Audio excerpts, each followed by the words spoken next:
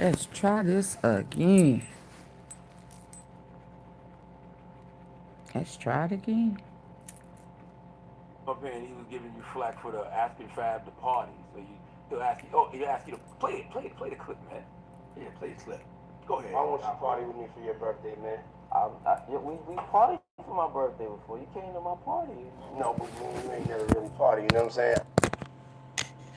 I Hey, asked 50 about that. Max. Max to the And he said you boogie. did the same thing to him. You asked him to take him shopping. Max, Max, Max. Yeah. I thought he needed some clothes.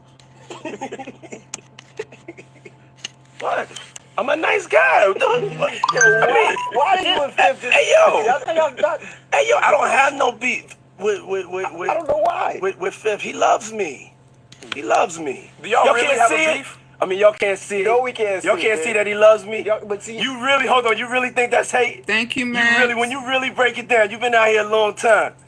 You know he loves me. I don't think he like you. You know he loves me. I don't think he like you. Okay. But why not? Y'all both passionate. Y'all both... I don't know. Yo, check this out. I don't know. Like, I y'all don't... both the same. No, we are not. Okay. We are not the same. But, I mean, We are I'm not sorry cut the from way the you same guys work cloth. and work hard. Yeah, and you know, I mean, I respect that. I don't never hit him with no... Do y'all really can't have see a it? beef? I mean, y'all can't see it. No, we can't see Y'all it, can't man. see that he loves me? But see... You really, hold on, you really think that's hate? You really, when you really break it down, you've been out here a long time. You know he loves me. I don't think he like you. You know he loves me. I don't think he like you. Okay. But why not? Y'all Boy, y'all this both man is passionate. crazy. Y'all both I don't work know. hard. Yo, check this out. I don't know. Like, I y'all don't... both the same. No, we are not. Okay. We are not the same. But I mean, we are as not far as cut the way from the you same guys work cloth. and work hard. Yeah, and you know, I mean, I respect that. I don't never hit him with no, you know, nothing. I don't even think of no other man. Besides, if I'm thinking about You a another man, I'm lie. thinking about uplifting.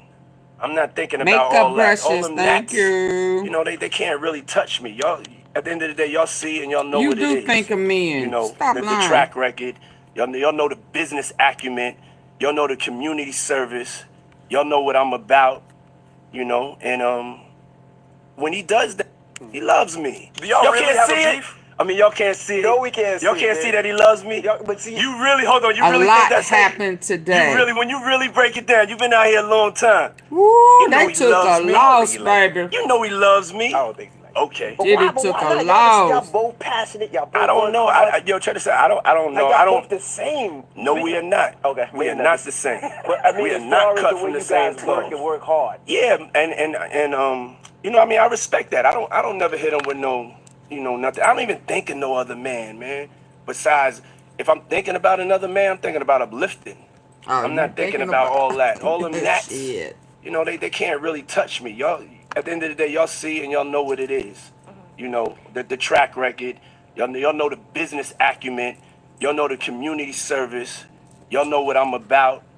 You know, and when he does that, it's like funny to me. I don't really take it personal. I know he has a different sense of humor, and he's just not in my life. We don't have to never cross paths, and I will never say nothing negative about him. You know, because that's just not me.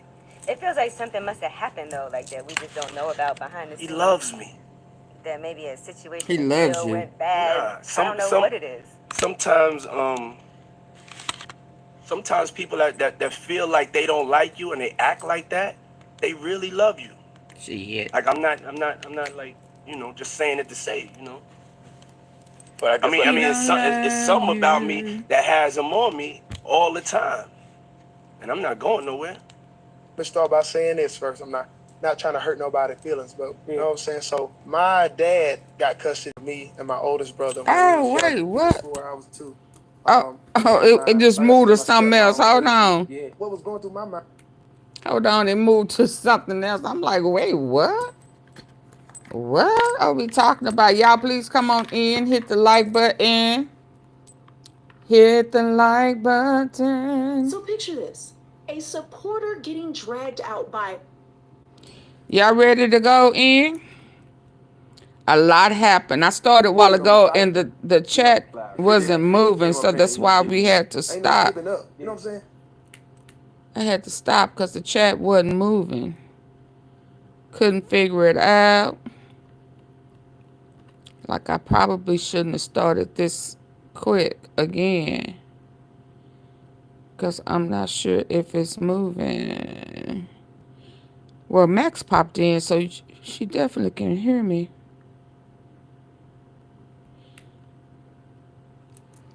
Let's go in over here.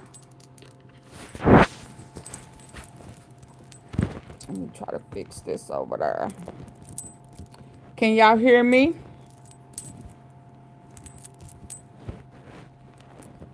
Four U.S. Marshals, jailhouse phone calls that might sing Diddy's defense, and a bribery scandal that's got everyone talking. I'm breaking down every single jaw-dropping moment from today in the Southern District of New York, the courthouse where Diddy is being tried for all of the different things that we know he is being on trial for. Day 15 of the trial just went wild. We're talking about a courtroom outburst that has everybody in shock, as well as a bombshell that came out about how much Diddy actually paid for that hotel video that he bought off of the Intercontinental. And now you're going to understand why Cassie actually got $10 million from them. Facts. This thing is jam-packed full of details, It so just keeps make sure coming you guys are and ready. coming. Now let's get into it. From RICO charges to a security guard's bombshell testimony, you're not going to believe what actually went down. So stick around because I'm spilling all the tea, and trust me, you're not going to want to miss a single drop. Let's jump straight into the madness of day 15 in the United States versus Sean Combs trial. This case has been a wild ride. Allegations of trafficking, racketeering, bribery, arson, kidnapping have kept us glued to the updates. But today, it was like someone flipped the script and turned the courtroom into a scene from a crime drama. The day started with a bang, and I mean that literally, with an outburst that had everyone in shock. Before the jury even walked in, a woman known as MTA Lady, because she works for the MTA, I guess. Anyway, she stormed into the courtroom. She started screaming about how the press was laughing at Diddy's legacy and mocking a black man's legacy. Yeah, she went all in. The whole room froze. And Diddy turned around, giving her this look that some reporters said seemed almost thankful. Now, like he was silently cheering her on. 3 federal marshals tried to get her out, but she wasn't having it. She planted her feet and yelled, "Pull your gun, ninja, pull it." Yes, like this woman was absolutely deranged. She wanted to screaming in the courtroom, telling them to pull out their weapons and everything else. It took 4 U.S. Marshals to drag her out in a chokehold while she kept shouting. The judge was just sitting there, probably wondering what kind of circus he'd actually allowed in his courtroom. And this wasn't just a random meltdown. It showed how intense Diddy's supporters are, and it set the tone for a full day of tension. The jury didn't see it, so it won't directly affect the case, but it's a reminder of how much loyalty Diddy still commands outside the courtroom. Now let's get into the real meat of the day. Eddie Garcia's testimony. If you've been wondering where the RICO charges come from, this is where it all clicks. Eddie was a security guard at the Intercontinental Hotel back on March 5th in 2016, the day of that infamous video of Diddy assaulting Cassie Ventura in the hotel hallway that was robbery recorded. that shook the He was just a trial. regular guy making $10.50 an hour when he got pulled into Diddy's world. Eddie testified that he got a call from the security desk, and it was Christina Coram, Diddy's personal assistant. We keep hearing about Christina Coram from nearly every witness, and we know she's been Diddy's right-hand man, so to speak, for for decades at this point, over a decade. I don't know how long. But what's very curious is that her name keeps being brought up. Evidence about her is brought up, but we don't know if she's going to testify, if she is still part of Diddy's inner circle. Some people say she's Diddy's handler. We don't know for sure, but I would be very shocked if she's not called to testify. And if she isn't, maybe she's going to be facing charges herself, because it seems like she's had her hand in every single thing that Diddy has done up until today. Now, KK, as she's also called, wanted to see the video because Diddy was drunk and couldn't remember what happened. Eddie told her she needed to subpoena or talk to his boss, thinking that that was going to just be the end of it because he had no authority over it. But KK wasn't done. She showed up at the hotel lobby, begging to see the footage, saying Diddy was stressed and needed to know what they were dealing with. Eddie stuck to his story, though, saying it was really bad, but above his pay grade. About an hour later, KK called again and handed the phone to Diddy himself. Diddy was nervous, talking fast, saying this could ruin my reputation. You know how women are. But Eddie still said no.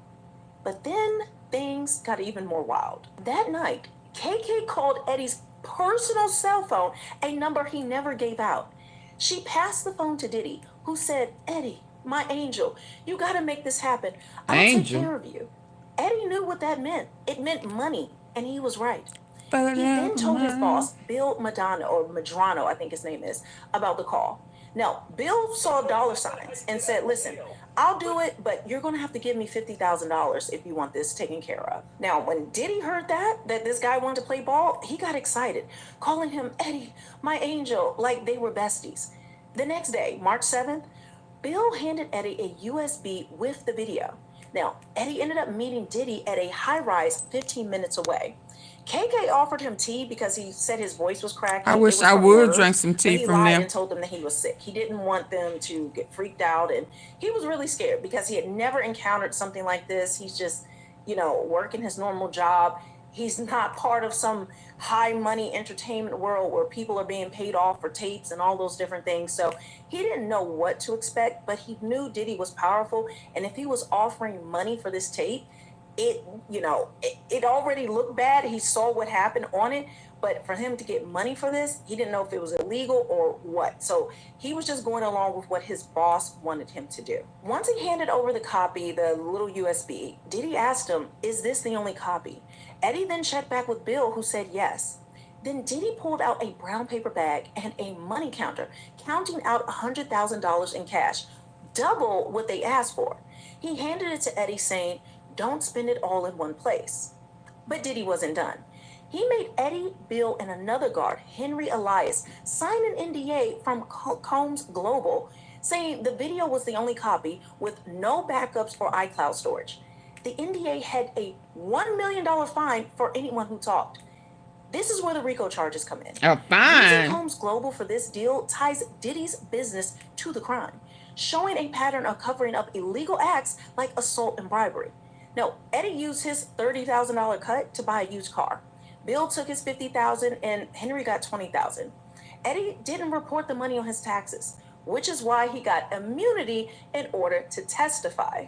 Weeks later, Diddy ended up texting him, Eddie, my angel, God put you in my life for a reason. Yes, guys. Oh, checking if anyone had asked about the tape. But Eddie even DM'd Diddy years later for a job, but Diddy left him on red. Now, this testimony is huge. It's not just about the bribe. It's about Diddy using his assistant, burner phones, and his company to silence a crime. That's the RICO pattern, a criminal enterprise covering up serious offenses. The prosecution is building a case that Diddy's empire was a machine for hiding crimes, and Eddie's story is the kind of evidence that could make those charges stick. And speaking of the prosecution, they came back swinging after Diddy's lawyer, Brian Steele, tore into the witness from yesterday, Mia, on day 14. Steele made Mia look unreliable by pointing out that she posted birthday tributes to Diddy after her alleged assault. Hey, the prosecution is now pushing to release Diddy's jailhouse phone calls to fix Mia's credibility. They say these calls show Diddy told his family to post birthday content as a PR move, proving he's always used his birthday for marketing. One call allegedly has Diddy orchestrating a birthday social media campaign, which backs up Mia's story that she was coerced into these posts, not doing it willingly. If the judge lets these calls in, it could show Diddy's pattern of manipulation, strengthening the trafficking and coercion charges. It would also turn Steele's big win into a major setback. The prosecution's also dealing with a side drama. They're asking the judge to order the removal of a social media post that doxed Mia's real identity, which could intimidate other witnesses. This shows how high the stakes are.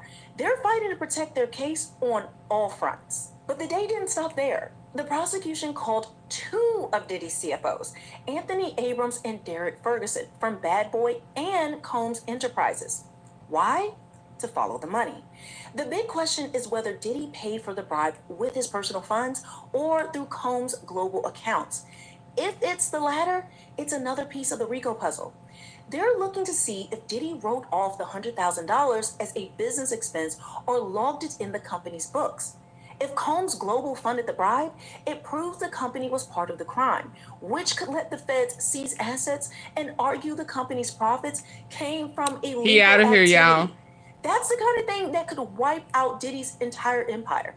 The CFO's testimony is still unfolding, guys, but if they confirm the money came from the company's accounts, it's a massive, and I mean massive, win for the prosecution. So what's the RICO all about?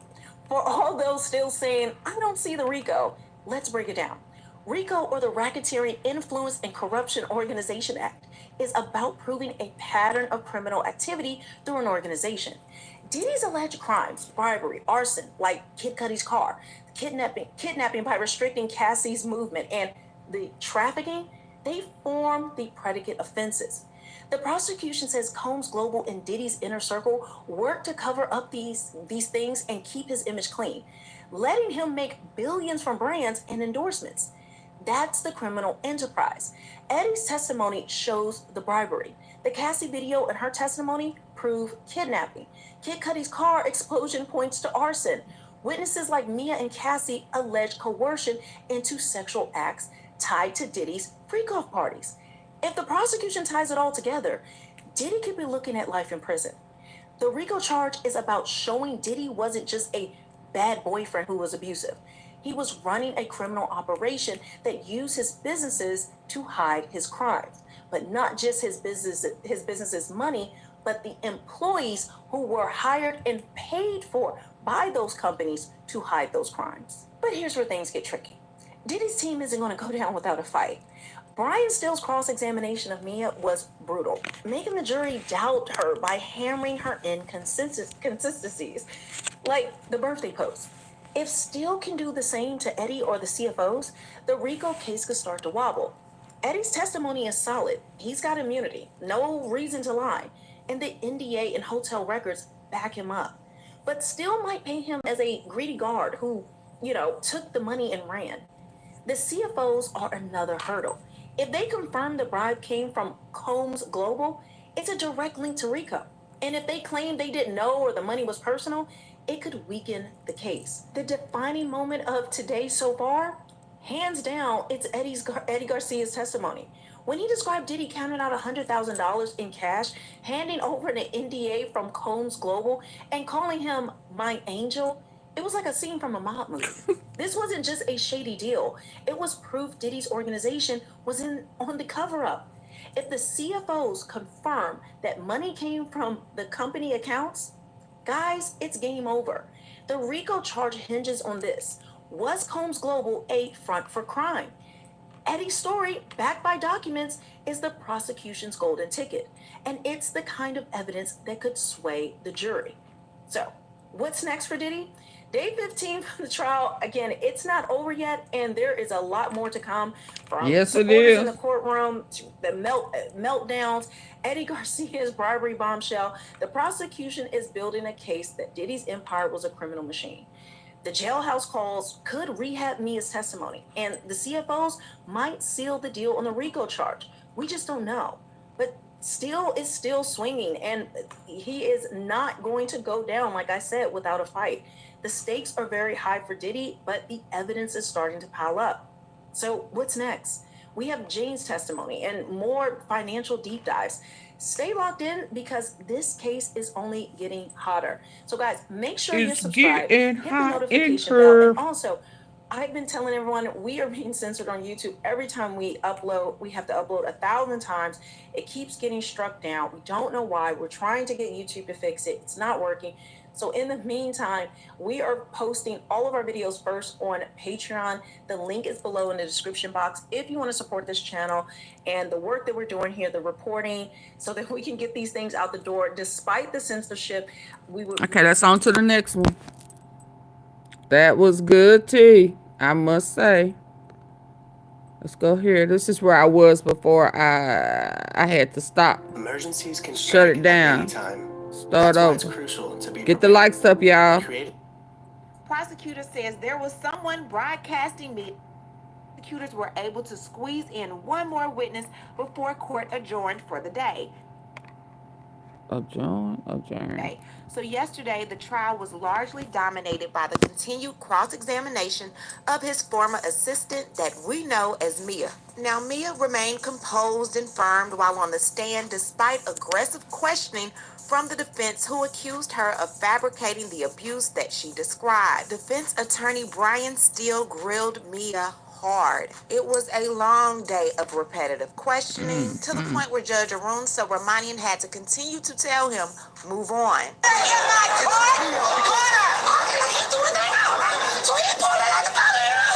Now, Mia strongly denied those claims, holding her ground throughout the tense exchange. Now, although her testimony consumed most of the day, prosecutors were able to squeeze in one more witness before court adjourned for the day. Sylvia Oken, a custodian at the Beverly Hills Hotel. Custodians like Oken are typically called to explain behind-the-scenes data, like records or billing details that might otherwise confuse jurors. Oken referenced 2 cleaning fees linked to Diddy's hotel stays, one notably listed as a charge for oil I bet you her damage, eye was which black. could support claims of disturbing incidents occurring in those rooms. Now, her testimony was very short, wrapping up court for the day.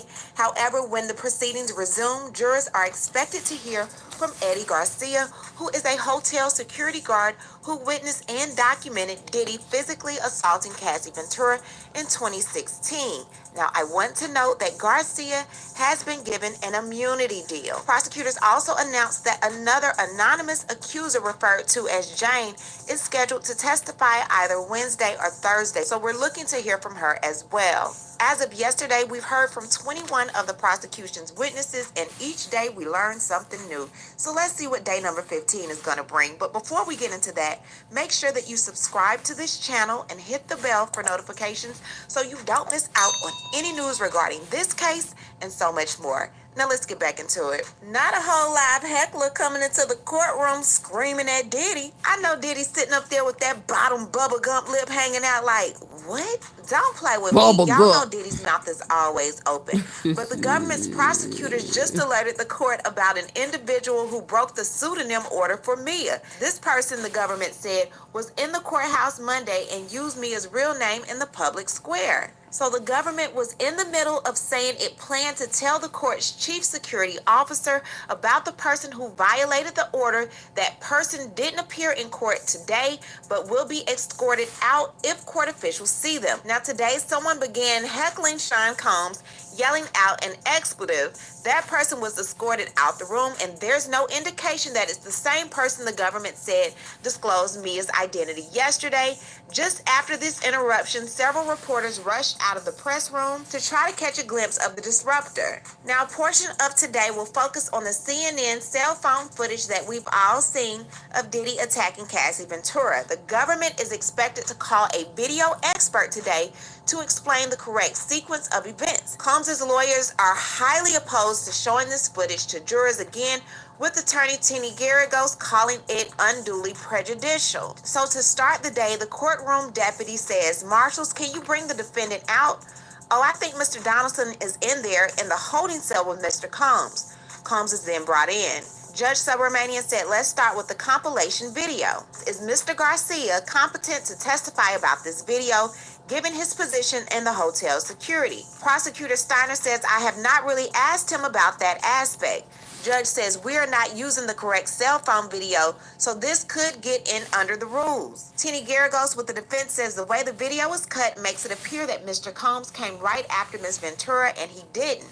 Steiner says, "I like to address the timestamps on the security videos. They are routinely inaccurate." Judge says the defense's concern could be allayed by inserting breaks between the clips. Prosecution says since they will be testifying, it's hard for them to be editing the clips at the same time. We don't think it's misleading. Judge says the defense can cross-examine on this. Prosecution says, given that the defense played the video of Mia's birthday for Mr. Combs, we want to introduce recordings of his jail phone calls about organizing social media celebrations of his birthday, which he views as a way to change the narrative.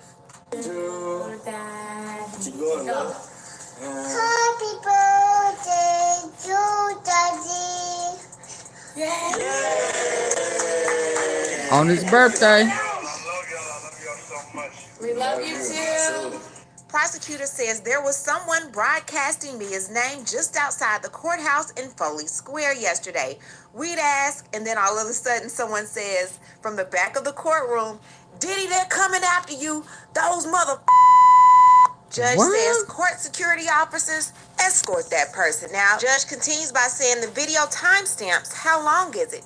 If 40 minutes, it would be a good 403 argument.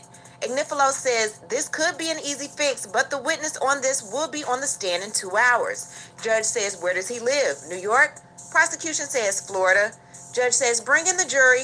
All rise. Jurors, there are some scheduling modifications, including that on June 11th. We will not start until 1 p.m. Also, June 5th from 11 to 4, and June 20th, the day after Juneteenth, we'll stop at 1 p.m. Call the next witness. The government calls Eddie Garcia. Where did you work on the day in question? The Intercontinental Hotel. I was told there was an incident involving Sean Combs. Do you see him here? Steele from the defense's side says we stipulate, so Steele will be doing the cross. Prosecution says, let me show you your sign-in sheet for that day. Garcia says, yes, I signed that week ending March 10th, 2016. Could you monitor all the cameras? Not all, but more than one at a time. Would you be required to check the monitors? Yes. Did you initially recognize the individual involved in this incident? No, not at first, but when I looked closer, yes, it was definitely Mr. Sean Combs. And did you learn about the second individual and who that was? Yes, Miss Cassie Ventura.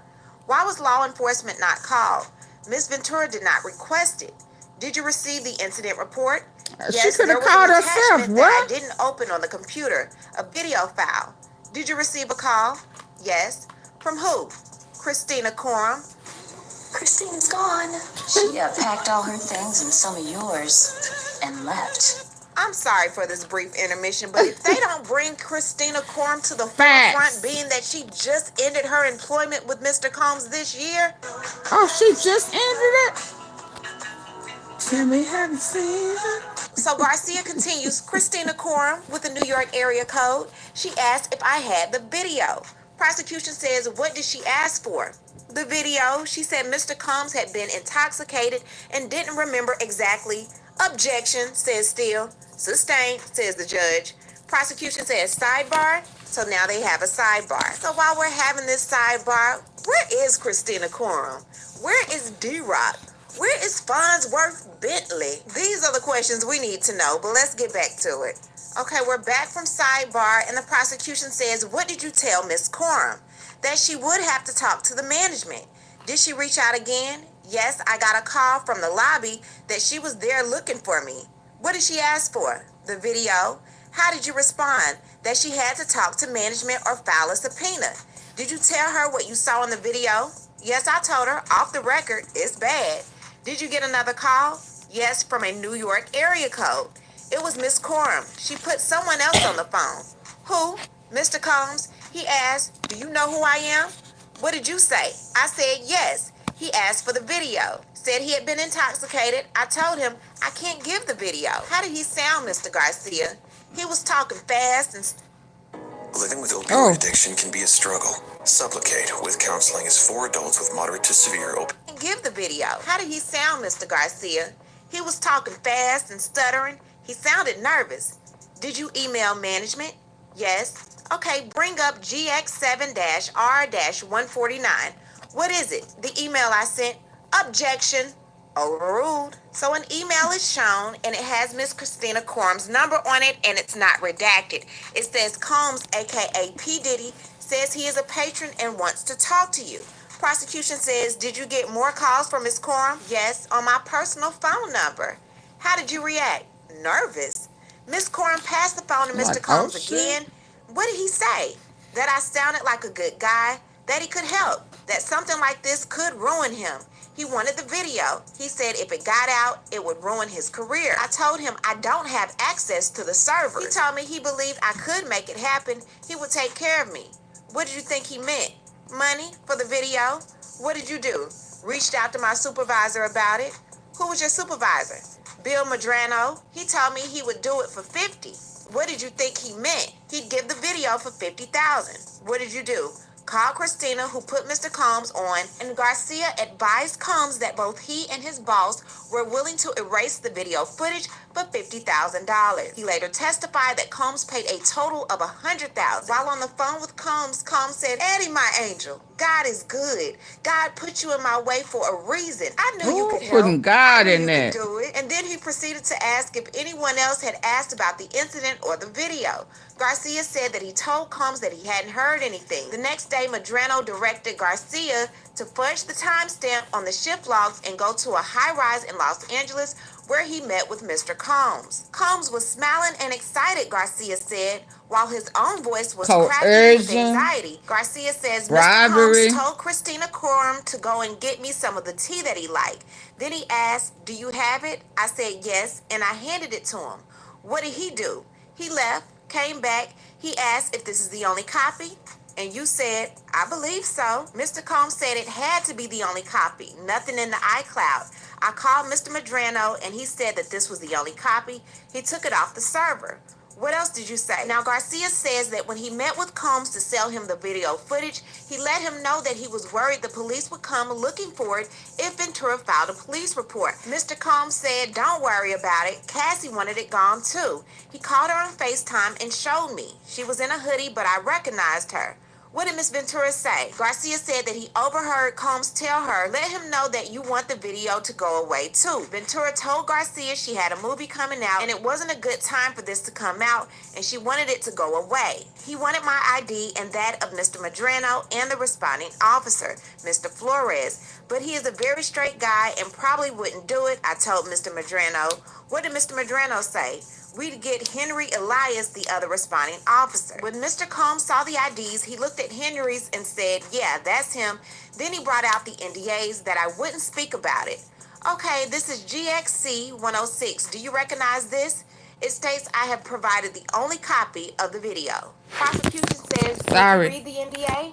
"No, I was nervous." "Were you given a copy?" "No." "And the NDA, what were the liquidated damages?" $1 million. "How much were you making an hour?" $10.50. "Then what?" Mr. Combs put cash through the money counters. There was stacks of tens of thousands at a time. The money displayed at the screen. $100,000. Why the additional $50,000? For me and what he thought was Israel Flores. How did Mr. Combs give you the $100,000? In a brown paper bag. Was there a bodyguard there? Yes. And Miss Coram, was she present?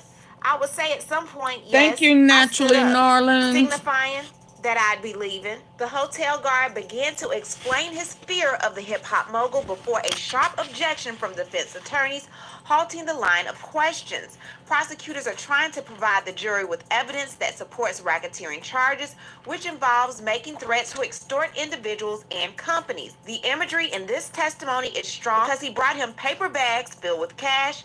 Bodyguards were also there, money counters, bands of cash, and veiled threats. Mr. Combs escorted me to my car. He asked how I'd be spending it. He said not to make any big purchases. Judge says, "Mr. Steele, if you're objecting, speak into the microphone." Okay, that's sustained. Disregard that last part. Prosecution said, "What did you do?" I called Bill Medrano and gave him $50,000. How much to Mr. Elias? $20,000. And what did you do with your $30,000? Bought a used car with cash. Child, Eddie is over there naming everybody, ain't he? He sure is. Lynn, Pat, Lori, Shelly, Aaliyah, Rose, Brian, Darren, and Ulysses. Did you hear from Mr. Combs ever again? Yes, he reached out and said, "Happy Easter. God is good. And if I ever needed anything to let him know." And did you reach out to him later? A few years later via Instagram, asking if there was work in LA. I never heard back. Sidebar. Okay, they're back from sidebar, and the judge says, "Anything further, Miss Steiner?" Miss Steiner says, "Mr. Flores, did he ever see the video again?" Yes, on a news outlet. Also, Mr. Flores messaged me a screenshot. Did you keep these messages? No, I wanted nothing to do with it. Were you contacted by law enforcement? Yes. Did you tell the truth? No, I wanted nothing to do with it. Did you get your own lawyer and then tell the truth? Yes. Nothing further. Mr. Steele, says the judge. Steele says, "Sir, you were in the condominium unit with Mr. Combs and others and received double what your boss was requesting. Fair?" Yes. You told your boss because you were honest, right? Yes. You asked Mr. Combs for work? Yes. Still says, let me show you the NDA. This section says exclusions. My understanding is that under the NDA, you can't speak. Still says, but nothing stops you from telling the truth in a legal case, right? Yes. You weren't law enforcement, were you? Flowers, No. thank Still you. says no further Flowers, questions. Judge says GGs, redirect. and Prosecution thumbs says up. read Thank paragraph you, 4 thank of the you. NDA starting after, however. Garcia says notify the company to allow it to prevent disclosure. Prosecution says, so you have to notify them before saying anything? Yes. Still says objection. Overruled. Nothing further, says prosecution. Judge calls for break. Jury and the witness leaves. Okay, so the break is over. Judge says, let's bring our jury back out. All rise. Prosecution says, I'm going to enter a stipulation into evidence.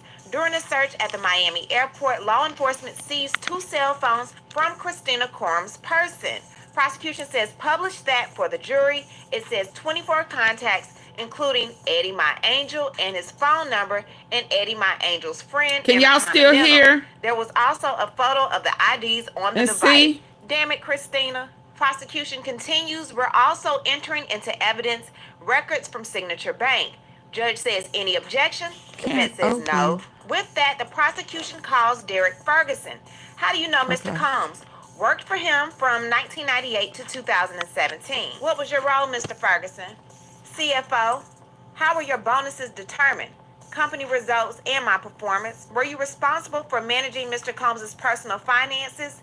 Yes, at times during my tenure. Who was your supervisor? Sometimes Mr. Combs himself. How often did you interact with Mr. Combs? A couple of times a week. Later, he became more of a chairman. It's telling me can't open camera. Try restarting your phone. A That's photo why. of Uncle Polly is shown, and prosecution says, who is this? Paul. And these individuals, Roger Bonds and D-Rock, they were security. Was Mr. Combs the sole owner? Yes, 100% of Bad Boy Productions and film. What was his role? Creative and marketing. Did some ventures have partners? Bad Boy Records with Arista, also Warner Brothers, and Sean John Clothing had a partner as well. What were the profits? Very profitable. How was Mr. Combs paid? Sometimes salary, sometimes distributions from the companies. What is a distribution? If solely owned or passed through like an S corp, Go the him owner and determines Ira. the drawdown. They each have a bank account? Yes. Could you sign on the accounts? Yes. Which banks did the Combs company use? Citibank, HSBC, and Signature Bank. What is this one? Janice Combs Music Inc. It furnished his name and likeness. Mr. Ferguson, are these your initials in section 4? Yes, He it was owned it September all. 29, Sure did. 2009. Is this also a business checking account? Yes. And this one with Diageo about Ciroc? How was this account funded? Inflows. What about credit cards? Primarily American Express, expense reimbursements. Did Mr. Combs have an Amex? Yes. Did you use it for personal as well as professional? Yes. And the companies paid? Yes. How was outgoing cash handled? We had a petty cash account and cash advances, for example, for those traveling who didn't have American Express cards. When Mr. Combs was paid in cash, how did it work? We'd match it if a contract. Were you aware of Mr. Combs' security staff carrying cash for him? I was not aware of that. And when you were responsible for his personal finances, what did you do?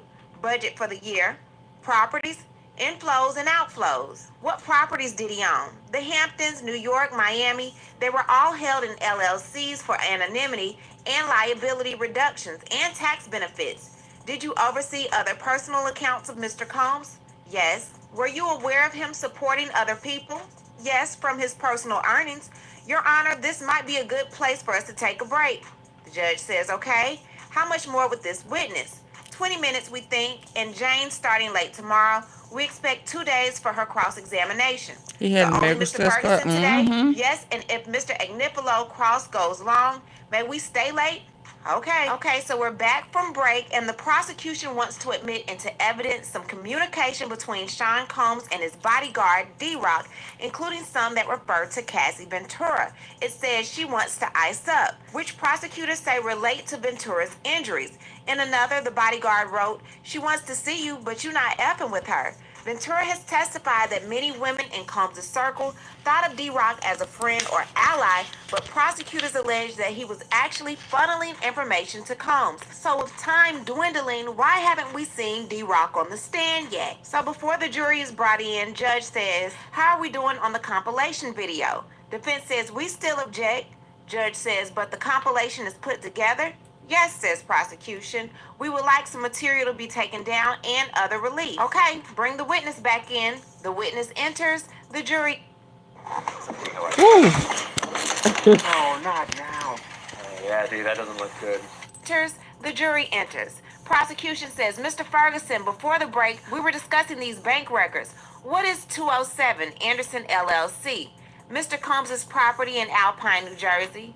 Who is the mailing address? 1710 B-Way. What are these internal transfers? There's $190,000 and $575,000 and $100,000 in December 2011. Who decided whether to initiate an internal transfer? Usually the comptroller. Do you remember these? No. And this outward transfer, to whom did it go? Cassandra Ventura. For how much? $20,000. And this one coming in? Roderick Ventura for $20,000. When did you leave the CFO position? End of 2012, then Chief Growth Officer, the Revolt Media and TV. After you left, how often did you communicate with Mr. Combs? He texted me in 2024. I don't remember the day. Let me show you. Oh, I see. Nothing further. Judge says, Mr. Ignifilo? Ignifilo says, you grew up in the Bronx. Where did you go to high school? Stuyvesant. Where did you go to business school? Harvard, MBA, 1990. The BMG Music Group. Yes, they own over 100 music labels worldwide. They own Arista, 50% of Bad Boy Records at a certain period of time. Could Mr. Combs then do whatever he wanted? No, there were Arista agreements. Ferguson continues, coming from the Bronx, I thought he needed more companies that would hire people from the community. I saw that in Sean Combs. I thought it was a change to have an impact. What I observed with Bad Boy and with Sean Combs was a company that really gave a lot of young executives a lot of opportunity. What was the onboarding? Interview, met some at Arista. I met Benny Medina and others.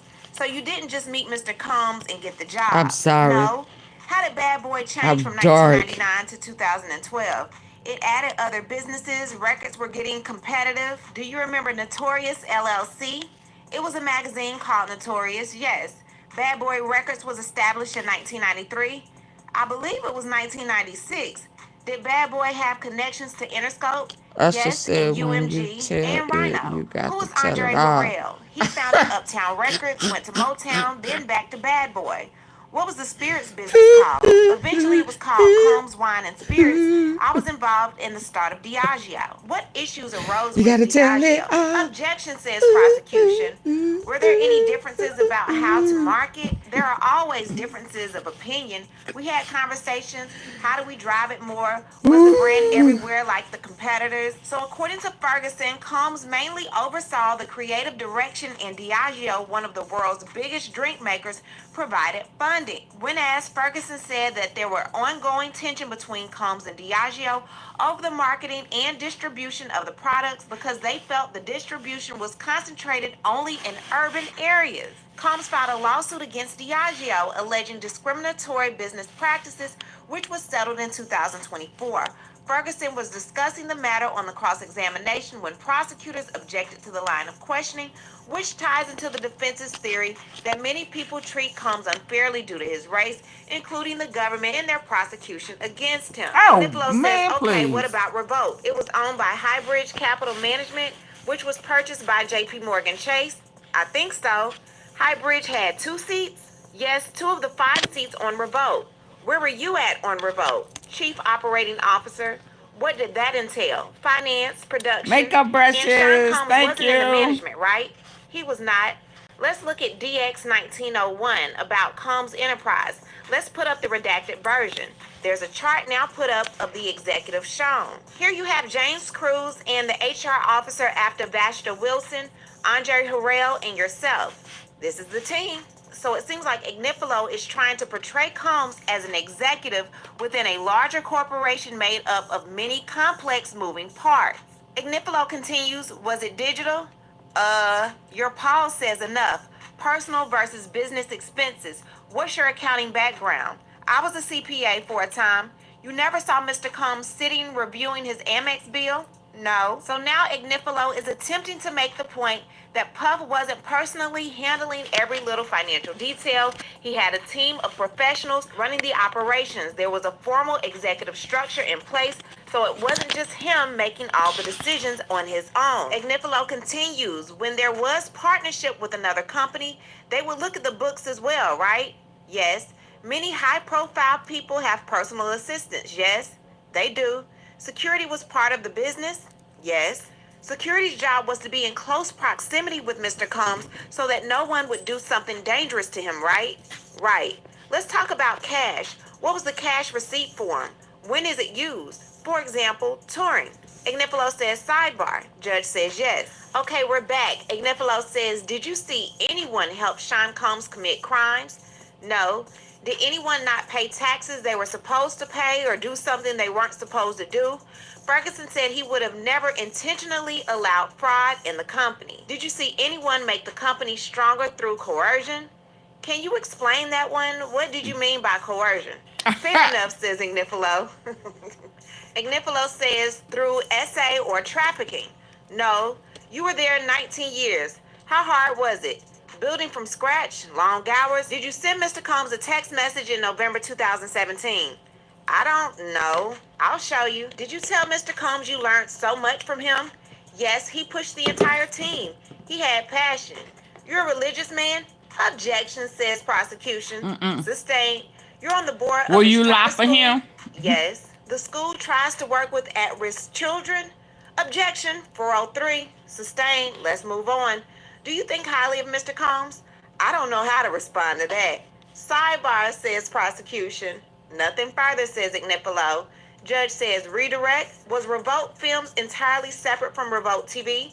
Yes. Who was the head of Revolt Films? I don't know. Did you ever stay in a hotel room with Mr. Combs? No. On this organization chart, no. Who is the chairman? Sean Combs. And you see Christina Coram here? Yes. Do you see the name Mia? Development and acquisition. Bitch, I was black. Nothing further. Judge says recross. Agnifilo says you didn't go to his home or hotel because that's his personal life, right? Objection, says prosecution. Sustained. Agnifilo says nothing further. Jurors, you may go. All rise. Prosecution says with Jane tomorrow, we want to avoid the type of accident that happened with Mia, so we want the public screens turned off. We want to avoid a situation where accidentally a This must be the most popular iSmart. Yeah, they got in trouble for leaking Mia, With it, doxing her. unredacted version goes up. Okay, for Jane's testimony, says the judge. So with trial date number 15, the RICO charge is being tied into the trial through a pattern of alleged criminal behavior that prosecutors argue are not random, but part of a coordinated and organized enterprise led by Combs. So the RICO statutes require the criminal activity to affect interstate commerce. Prosecutors are attempting to connect the dots between Diddy's businesses, such as Bad Boy and his fashion ventures, two luxury hotel incidents across multiple states, and flights to places like St. Bart's or Las Vegas, all of which involve crossing states or national lines, which is a critical RICO element. Now, witnesses like Mia, Capricorn Clark, and George Kaplan have all helped to illustrate how people close to Diddy allegedly worked under pressure or threat, were ordered to lie or cover things up, or feared for their safety and careers if they disobeyed him. This builds an image of a top-down operation with Diddy as the leader of a coordinated structure. The defense, however, is pushing back hard against the RICO charges by arguing that Sean P. Diddy Combs was simply running legitimate businesses, not a criminal enterprise. They claim his companies like Bad Boy Records and Revolt operated with formal executive structures and multiple layers of decision makers, meaning Combs wasn't personally directing or orchestrating every action. According to the defense, Hey, this Brian. case doesn't meet the legal standards for RICO because there was no clear pattern of racketeering. Instead, they argue that the prosecution is stringing together isolated and unconnected incidents that took place over many years, trying to frame them as part of a coordinated plan when they are not. Additionally, the defense is challenging the idea of coercion, saying the alleged victims were adults who made their own choices, including staying in certain relationships that's or not work coercion. environments. Many of them were paid or compensated, and there's no solid evidence they were physically forced to do anything. This undermines the idea that force, fraud, or coercion, key elements of trafficking and racketeering, were involved. Lastly, the defense is emphasizing that Combs delegated tasks like any high-level executive would. If employees or associates acted out of line, that doesn't prove Combs ordered or even knew about it. Their main message is that Combs wasn't running a criminal empire, he was running businesses, and this case doesn't fit in the role of a RICO prosecution. What I need to do is hear from you. What do you think about everything currently going on in the trial of Diddy? Leave a comment, and you know how... Let's go to the next one. Something. What is this? Too much money defense. I don't want to hear that.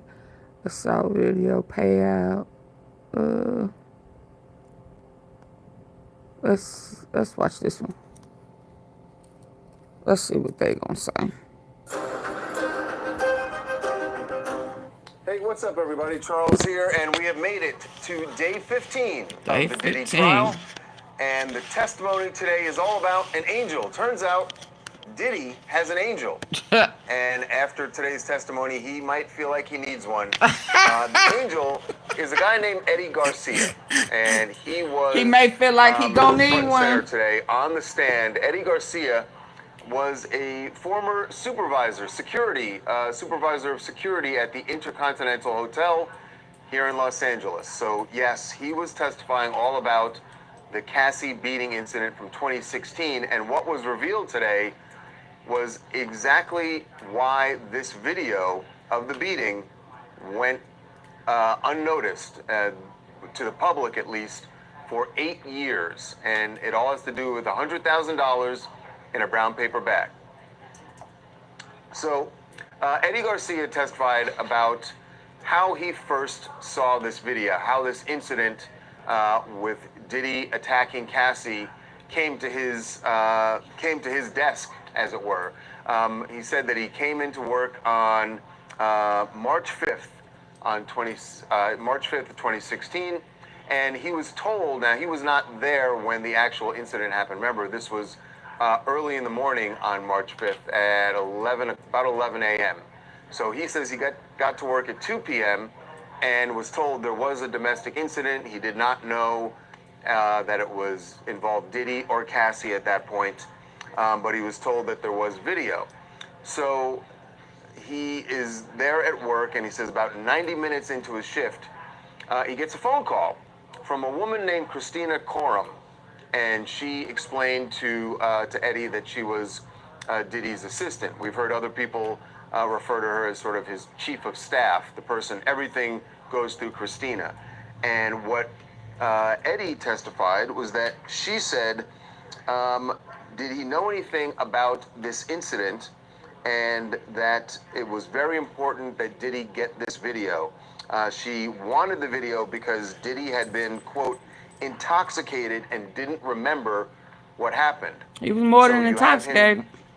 Testifying thank you for the gifts. Coram, he says, was already starting to lay out that, yes, there had been this violent incident, but, he was just so intoxicated, he doesn't even remember what happened. So, obviously, that's, Eddie would start to feel like, the way he said it, it was almost like, don't think that he's a monster. This was just a guy who was intoxicated. Oh, yeah, he's a monster. She clearly knows what happened on the video at that point, and I would imagine that she is concerned that Mr. Garcia has seen this and has already made a judgment on Diddy. So they're trying to sort of blunt all that. But she made it clear that they wanted to get a copy of this video, that Diddy wanted to see it. And Eddie says he told her, you're going to have to contact hotel management or get a subpoena. And he repeated that a couple of times to her, and she kept insisting that there's got to be some way to get this video.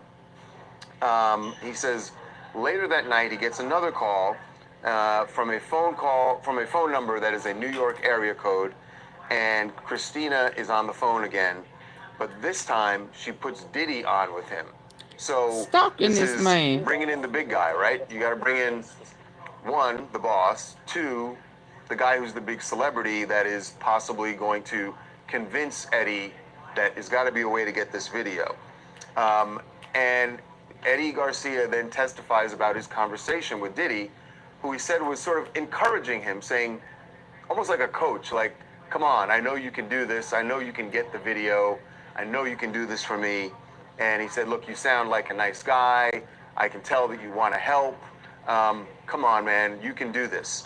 So Garcia said he was concerned that this that Diddy was making it clear to him, to Eddie Garcia, that he was very concerned this video would get out and that it would ruin his career. That's a quote, that it would ruin his career. That was Diddy's concern, and obviously we all seen the video. We know why he would feel that way.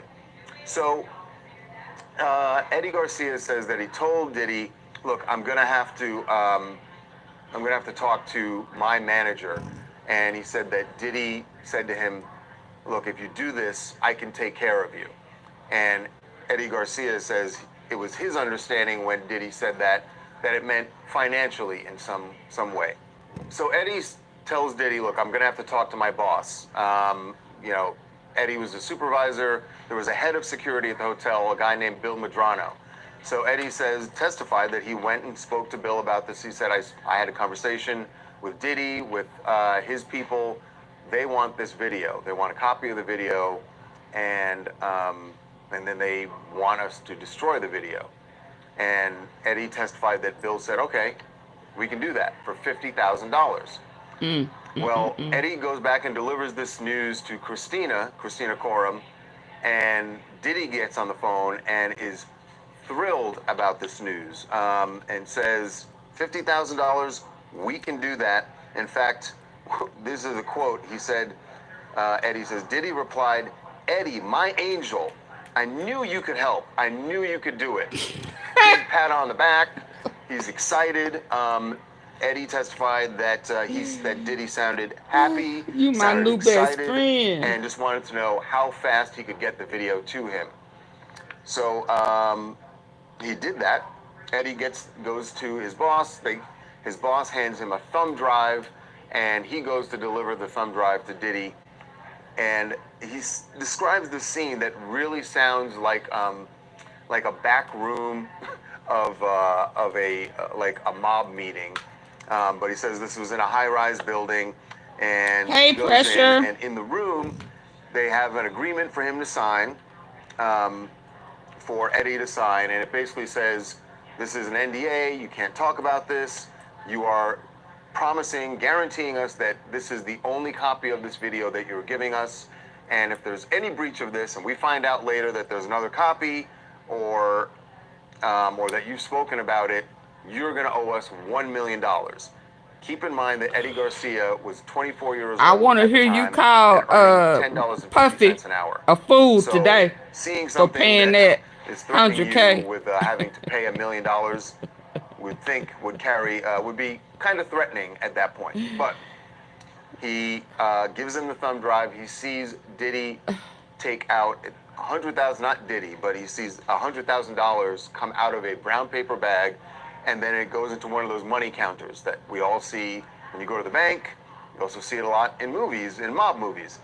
Counts out $100,000. Now, Eddie says he kind of figured that since the agreed upon number was $50,000 that was going to go to his boss, Bill Medrano, he just figured the other $50,000 was for him. And he ends up keeping $30,000 for himself. He admits that he bought a car with that money, and another $20,000 he gave to another security officer who was on duty at the time. What's interesting is, if you remember in the video, once in the trial, they played the full video where we got to see the security guard who showed up and actually interacted with Diddy and with Cassie and broke things up. His name was Flores, and Mr. Flores did not take any of this money. As Eddie Garcia described it, he said Flores was pretty much a straight arrow. He was not the type of guy who would go for getting money to be silenced on anything. So he did not get the money. And in fact, Flores has gone on to is now an LAPD officer. So Flores doesn't get the money. The other three guys split up $100,000 and Diddy gets this thumb drive. Now, the thing that wasn't answered today, and I think this is, I really hope that they get around to this. How did the video get out? We still don't know that. Like, how did the government end up with this video? Somebody clearly had a copy of it. CNN, we know the video that they had was shot off of a monitor. But somehow the government, because we saw it in the trial, they got the actual hard drive video of this. So that means someone else had a copy besides that thumb drive that Diddy got. We don't know yet. Yeah, but that's he going hired to some be fools. interesting. I hope that that eventually comes out. But we're asking about winners and losers today, and that's what we do every day, right? We go through all of this and try to assess who won today. On the one hand, you could say, if you're the defense, you go, yeah, they brought up all this. They brought up the fact that we paid for it. But the reality you got to remember is that them paying these individuals, not law enforcement, not government officials, paying just citizens for silence and having them sign an NDA, that's not a crime. They didn't break any laws there. So if you're the defense, you go like, okay, so we paid money for something. They may be thinking they won. I don't think so. I think the prosecution wins today, and here's why. Although it wasn't a crime to pay this $100,000, which, by the way, the agreed upon number is $50,000, but then you gave $100,000, that certainly has an appearance of, I'm a rich, powerful person, and I can pay money when I need to silence people. I can pay money to make videos, photos, whatever, go away. That's how I operate. And that was the government's point. Now, I really want it gone really, really bad. This video, which everyone wondered, how in the world did we not know about this when there were more than a handful of people who probably saw this video at some point? How did it not ever get out? We now know the answer to that, and that answer does not look good for Diddy as far as his character. It doesn't point directly to any of the counts against him. I will never Not work yet. for And we'll see if the government a boss can close who that I loop can't and make tell it, no. I agree. Connected to the GP, four they counts work he's for facing, Diddy, for but It TMZ. does not look good as far as I don't know about Charles, but I know Harvey Levin do. Hold on, what's next? Look back. Dissecting. That's not what I had in line. For those of us with service animals, preparation This is not what I had lined up. Ensure your buddy Yeah, let's go here. Hi, I'm Eva Pilgrim. Thanks for streaming with us today. It was about the money. Two witnesses taking the stand talking about just that in the sex trafficking Well, at least pressure unit Mia was gone. Combs. A hotel employee testifying under immunity, telling the jury Combs gave him over $100,000 cash. Oh, they go for the edit. 2016 surveillance footage that shows the hip-hop mogul attacking then-girlfriend Cassie Ventura inside the Los Angeles let's see the hotel. angel Eddie again. Garcia saying Combs asked The angel. Let's see that angel again.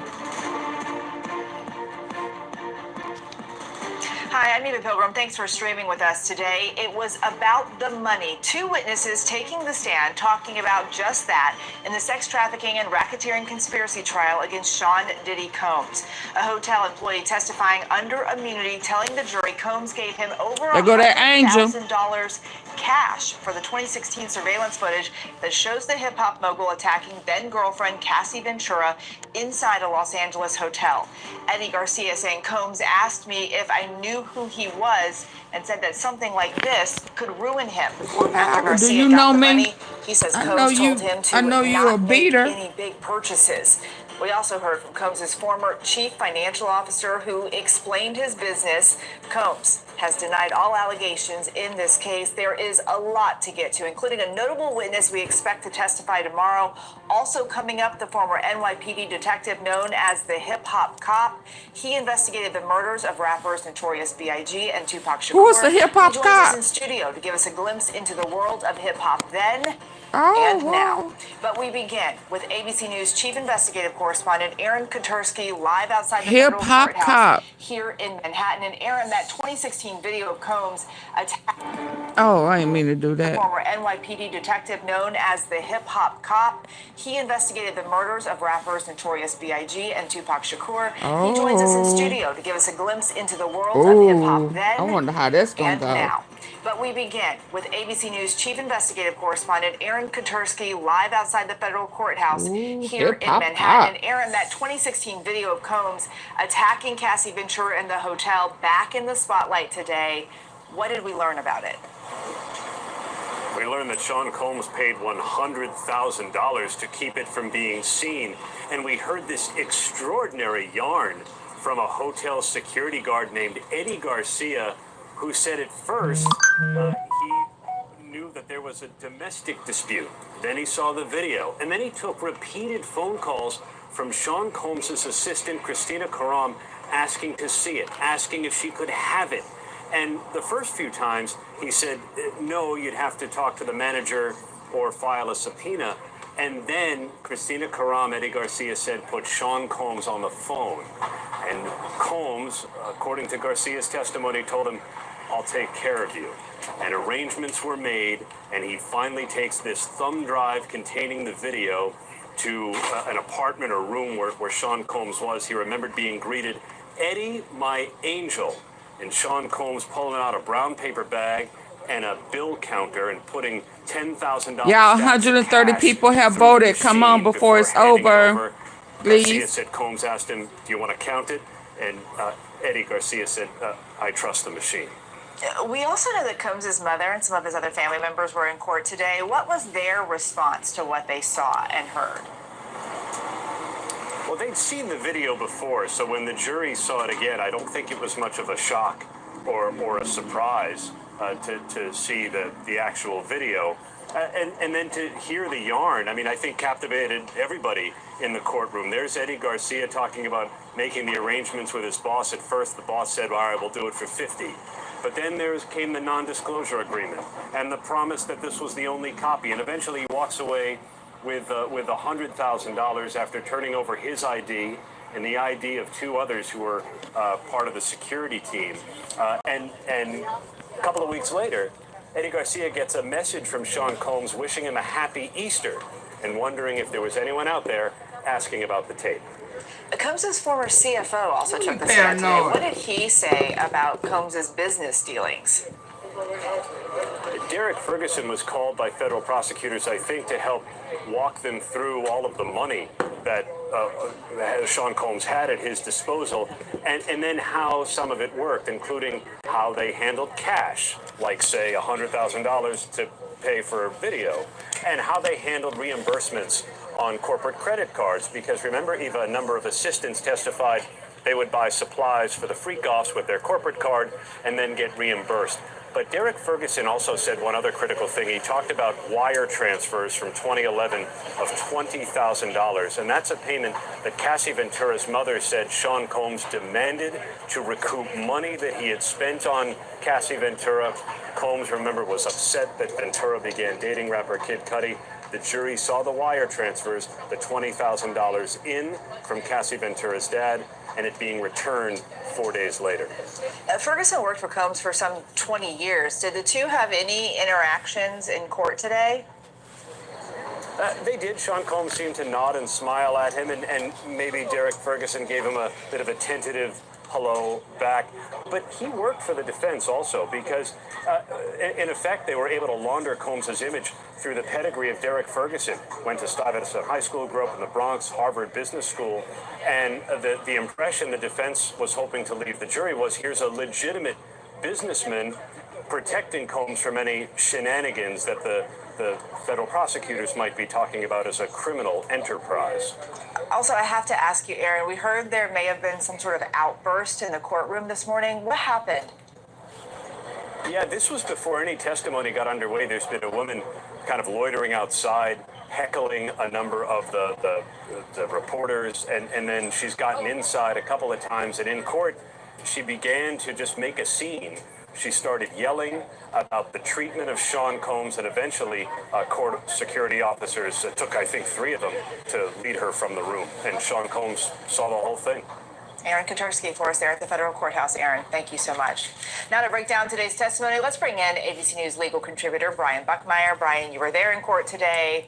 What stood out to you about everything that you heard? I mean, other than I think Aaron called them shenanigans about what happened in the beginning, what stood out to me was just Eddie Garcia's testimony, walking us through this very riveting piece of testimony that almost was reminiscent of Kid Cudi talking about that Marvel supervillain, of Sean Combs allegedly in the room with a brown paper bag, counting money, $10,000 at a time, and just the whole kind of story of it all, of hearing how this all worked out. And the defense didn't necessarily push back on that narrative, but focus instead on other areas in the cross-examination. But that was very riveting to listen to how this video didn't make it to the light of day until some years later. Eddie Garcia was granted immunity ahead of this testimony. This is the second time we've seen this in this trial.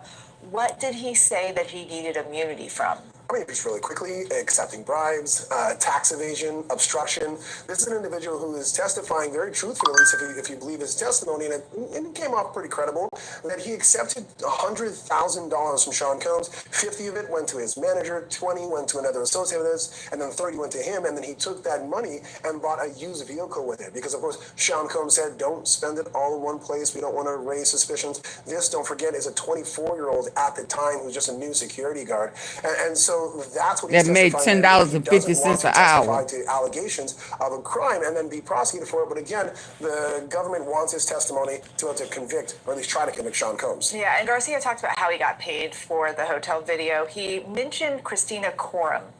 Who is she? So Christina Coram is Sean Combs' chief of staff. If you want to even go further back, in Rodney Jones's civil lawsuit, he describes her as the Ghislaine Maxwell to this whole criminal enterprise. And a few times we hear her name in this testimony, and we've heard it in a lot of other witnesses as well. But she's supposedly the one that is speaking on the phone first when she reaches out to Eddie Garcia, trying to convince him to get the video, and then gives the phone to Sean Combs when it's really trying to push it over the finish line and trying to get that video. And then even when that money's getting counted, she's in and out of there, walking back and forth, kind of participating in this to some degree, allegedly. We should also note that Coram has denied all allegations. We also have to talk about Sean Combs' CFO, took the stand today.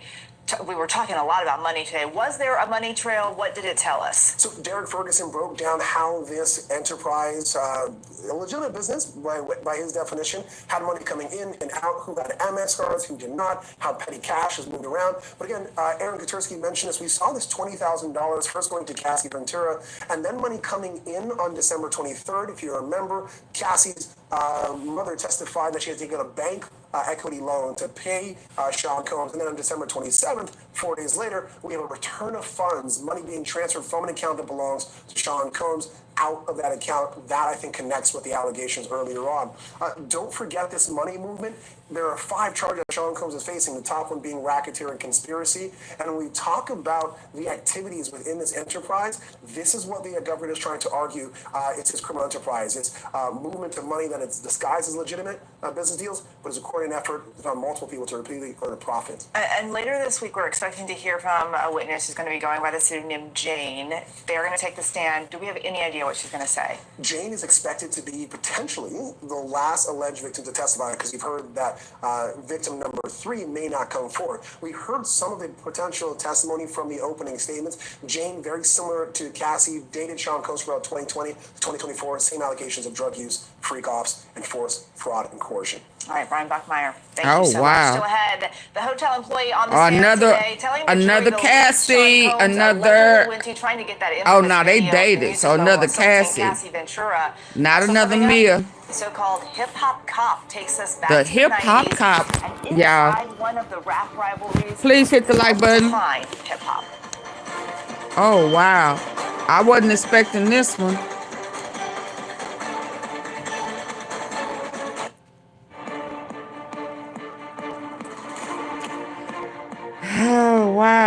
He out of here, Welcome back to y'all. ABC News I don't care what Live. nobody Another day say. of James testimony Doe in Sean needs to Diddy be Combs' trial. On the 100% stand victim. today, an employee at the Intercontinental They're Hotel never going and to the be former victim to chief you. financial officer of Hey, Combs Enterprises. Princess It's time now to examine the key legal Tarrant, strategies that we saw playing out Jen. in court today. We have Brian Buckmeyer playing the defense, Bernardo Villalona playing prosecutor. Bernardo, we're going to start with you. We got to talk about that video, the 2016 hotel video. Today we learned how Combs allegedly was able to get it. What do you think of it all? Eva, today was pure bombshells. I mean, when I talk about riveting testimony, inside of that courtroom, you can hear a pin drop when Eddie Garcia was actually testifying. I think what shocked us the most, and I think what did Diddy in, was the fact that it was Sean Combs who directly called the security guy to try to get that video. Not just one time, not just 2 times, but multiple times. And then to take it a step further, he's the one who meets with the security guy and actually gets the USB from him. And actually, he's the one who gives the money to the security guy. And he so we were thinking, calls the security guy to my Happy Easter. That works for him. Did anybody looking for it? No, Sean Combs was directly involved in arranging for this payoff and to get that thumb drive, and he knew what was going on was actually wrong. Brian? I mean, how did he know what was going on was wrong? Because he said it will ruin his career. It could ruin his actual career going to that extent. Think about it. And don't tell nobody. Sean Combs' life. And don't tell nobody. The defense has to argue here.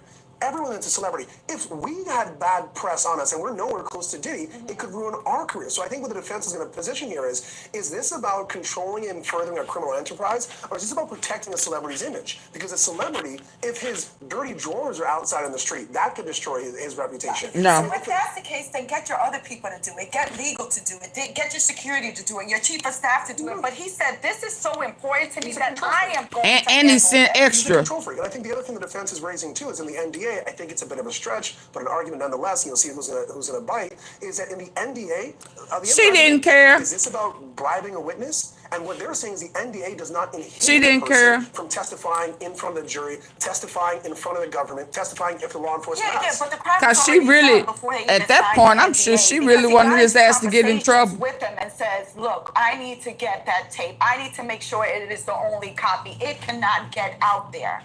But it wasn't the only copy. Well, he thought it was the only copy.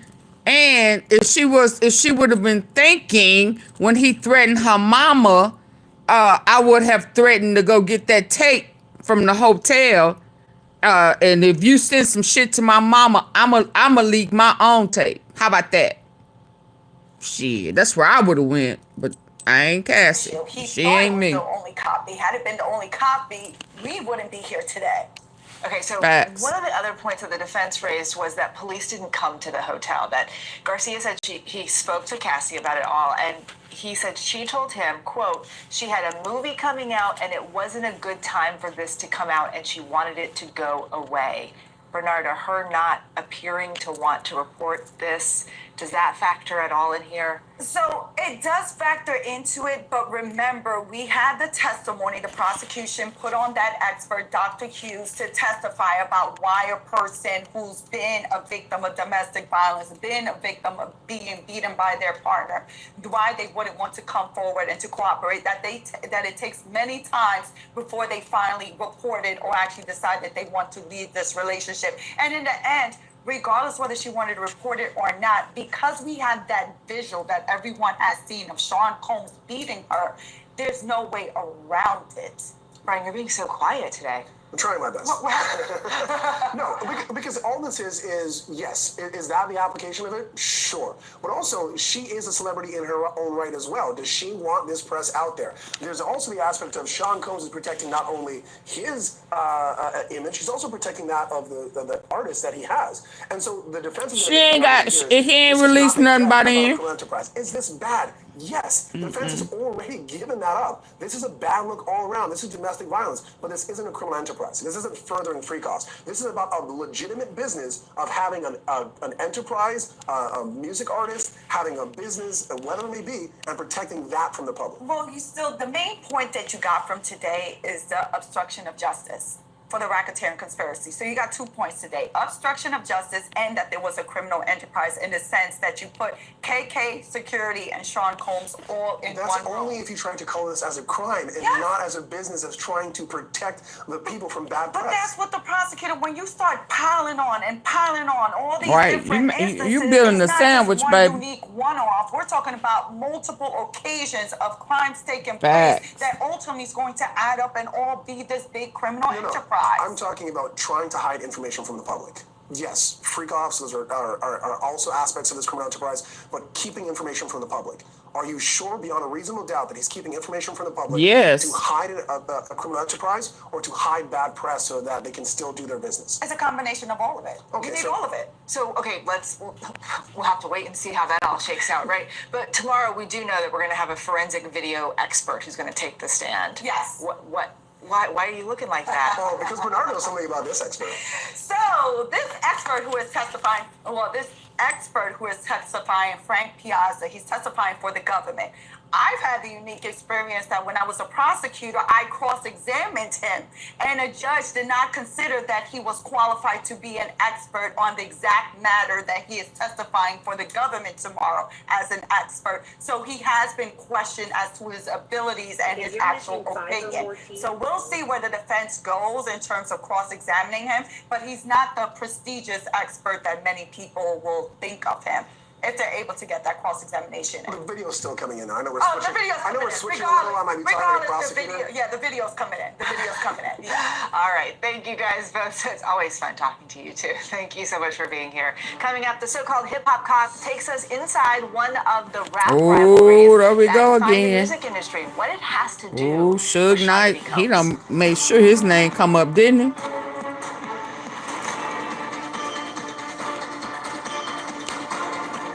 It's getting deep.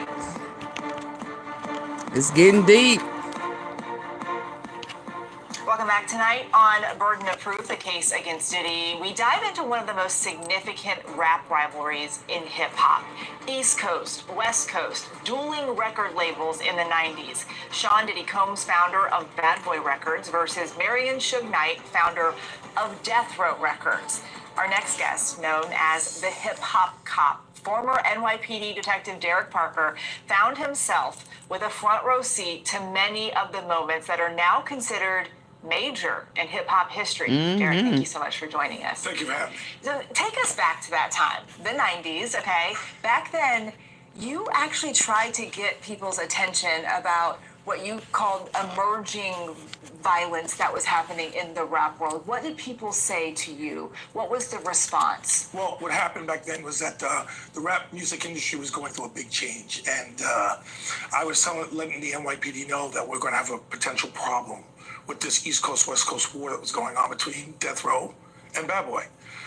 One commissioner listened to me, and he said, Derek, look, sit down, tell me about what's going on. And I explained to him. He said, look, you know, we're going to have you come to One Police Plaza, and you're going to have to brief the Joint Chiefs of Staff, like the commissioner and all the chiefs, onto what's going on, because we're getting death threats, we're getting all these different things here in New York, the rap music industry, and we don't know how to prepare for it. Yeah. When you look back at on your time as a cop, is there a particular moment that stands out as it pertains to all of the music industry stuff? I mean, you know, a lot of it does. I mean, I was up front for most of all the hip-hop action that happened back then. You know, the 1991 shooting with Sean Combs with J-Lo. I had Sean Combs with the Steve Stout incident at the MTV. I had Jay-Z. I had Little Kim, Junior Mafia, Biggie Smalls, Tupac murder in in Las Vegas, Tupac, the Biggie murder in Los Angeles, Tupac in Vegas. I was in all over Miami, all over watching the rap music industry, policing it. Yeah, and you just mentioned you were part of both of those big murder investigations, the Tupac murder investigation and the Biggie murder investigation. There's no proof per se of the East Coast, West Coast rivalry playing a role in those murders. But do you think the families and their fans are ever going to find out for real what happened in those? Well, in actuality, there is some partial truth to it. Yeah. There is some. It's going to come out sooner or later. The Tupac murder is basically, I mean, Keefe D's on trial right now. He's going to be going to trial, and they're going to see what happens with that. The Biggie case is pretty much solved. It's just a point of trying to prove it. So these two cases are still pending somewhat, but we may see closure soon with them. And we have to say that Combs denies any involvement in the Tupac murder, and we should also note Combs has never been charged or named a suspect in that case. I'm curious, you know, you were a part of it in the 90s. How do you think hip-hop has changed over the years? Well, you got to remember, in the rap music industry, you first had positive rap music. Then rap music went to another level where it got gangster rap. Then you went from gangster rap to diss records. Diss records, radio stations, clubs, rappers going at each other. And then now we have drill music. So it's changed, it's evolved so many times over and over and over again. That's what rap music's about. Yeah, we've gotten some diss records again recently. Thank you so much for being here with us. We really appreciate it. Pleasure to have me. Thank you. As the Sean Diddy Combs trial unfolds, we're taking a look at some of the top online searches surrounding this high-profile criminal trial. Today's biggest searches, it's a range from 50 Cent to how much money Diddy's lost. ABC News contributor Kelly Carter joins us now from Los Angeles. She covers entertainment and pop culture for us, so we got to start with 50 Cent, Trump, and Diddy. Yeah. Why is this trending? I mean, listen, 50 Cent has been taking a little bit of pleasure at trolling, you know, Sean Combs. We recently saw him at the Knicks-Pacers game wearing a free Diddy shirt, and he recently said that if, you know, President Trump is even thinking about pardoning him, he wants to meet with him to ask him not to do that. So let's see what happens there. Another search people want to know about how much money has Diddy lost. Oh, wow. Yeah, so, you know, in 2019, Forbes was estimating that his personal fortune was worth about And they have brought up, y'all listen, hold on. And they have brought up, you know, 50 cents is, we talking about petty.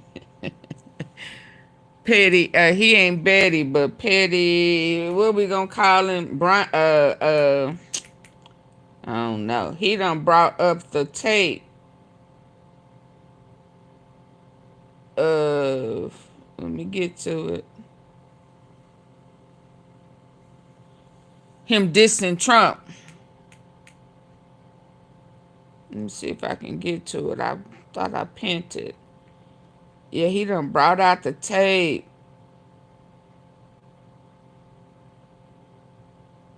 And not Frank Lucas.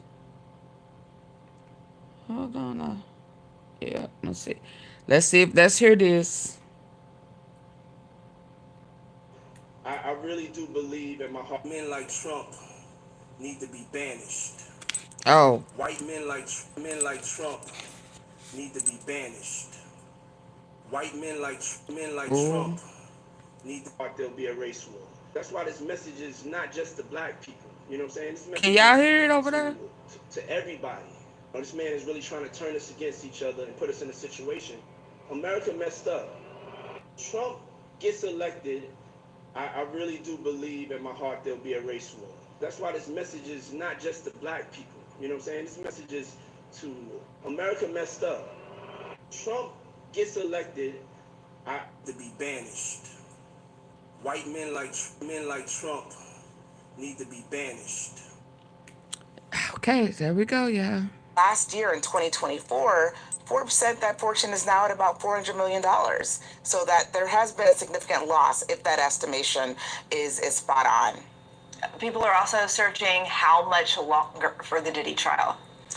The questions that we all have, right? You know, what we do know is that we're expecting to see, another at least 4 weeks of testimony before we get into jury deliberation. So we're in this for the long haul. There's also a lot of interest for Brianna Bana Bongolan. She's expected to testify. What can you tell us about her? Yeah, she was the aspiring, you know, fashion designer who allegedly he dangled over a balcony from Cassie Ventura's apartment. Of course, he has denied all of these allegations, but I think people are very interested to see what she might have to say on stand this week in court. Kelly Carter, thank you so much for being with us. And thank you for joining us. We'll be back with new episodes every day of the trial. The show streams right here. Okay, let's see what's next. Ooh, I need to switch. 5:30 p.m. Eastern and Pacific. For even more on the Diddy. I need to switch and come over here. Ooh, y'all.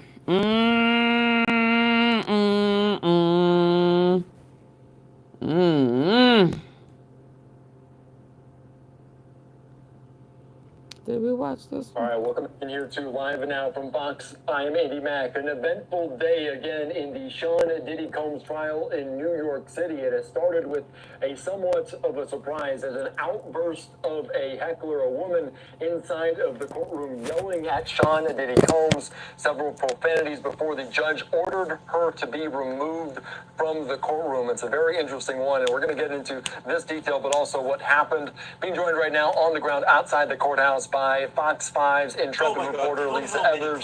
Lisa, thank you so much for joining us here on Live Now from Fox. What more can you tell us about this outburst and today's events? Well, Andy, it's not surprising at all to me. And just to give you an idea of the type of security that's here, it's supervised all around the federal court and the perimeter around the courtroom, the courthouse, as well as inside by the U.S. Marshals and the U.S. Marshals police officers. And to go through, there's a whole big hallway you go down when you go into the court building. It's almost like airport security. Some people are even asked to take off their shoes or their boots, whatever they're wearing. The jackets have to come off. You have to check your phone. There's a lot of procedures that you have to go through. So she did get into the court. She did get into the courtroom. She started yelling out at Diddy in the courtroom and something incoherent, which is what we have seen her, my crew has seen her outside in front of the court yelling and screaming. And then she was escorted out of the court by the U.S. Marshals who are actually doing the security inside the Diddy courtroom. And I have to tell you, inside that main courtroom where the trial is actually taking place, there's extra marshals that are present there. The security has been extremely tight. So she was escorted out, and then a short time after that, there's an alleyway on the side of the courtroom. My crew is telling me that they saw her out there afterwards, just screaming and yelling. But, sometimes it is a circus atmosphere out here, but the marshals try to keep it away from the front door, away from the entrance. But somehow she got in, and, she didn't have any contraband on her or any dangerous weapons. Otherwise, they would have arrested her right at the spot at the checkpoint there. And that was it. She was sure looking for a fight. It was actually kind of quiet out here today during our live shots and our various news reports. And, this is just the type of thing that happens in New York. People screaming, only it was in the courtroom. People screaming on the streets is not anything that unusual here. Oh, And it no. probably didn't take long for the judge to throw him out. They want to keep this. You look at her hands and tell I don't she's want to not a jinx attorney. it too much when you're talking about how it's calm out there on the streets of New York City right now. Lisa, though, let's get into some of the proceedings, some of the evidence, the testimony in this week 4 of the Diddy trial. As Eddie Garcia testified, he was a security officer there at the Intercontinental Hotel, and it was a scene almost out of a movie as Diddy did offer him $100,000 Oh, no, he to paid give him him that. the video of him allegedly beating Cassie. What can you tell us about some of this testimony from Eddie Garcia today? I'm Sarah, and I'm an attorney here at Atticus. It's no. Some of this testimony from Eddie Garcia today. Well, Andy, this was Probably a really interesting was a point because there paid was a rumor actor. about this $100,000. Oh, yeah, I that definitely Diddy, think she was Diddy paid. allegedly paid the security guard at the hotel or somebody at the hotel $100,000 for that video. Now, what we learned today was, they're filling in some of the blanks. The testimony today wasn't big bombshells, but it's certainly filling in some of the blanks in the narrative about what's going on here. So what the security guard, Eddie Garcia, former security guard for the Intercontinental Hotel, testified was that Diddy, he was approached first by Diddy's assistant, but then Diddy got involved in it personally and said that, can you get me a copy of that video, that surveillance video of what happened in the hallway?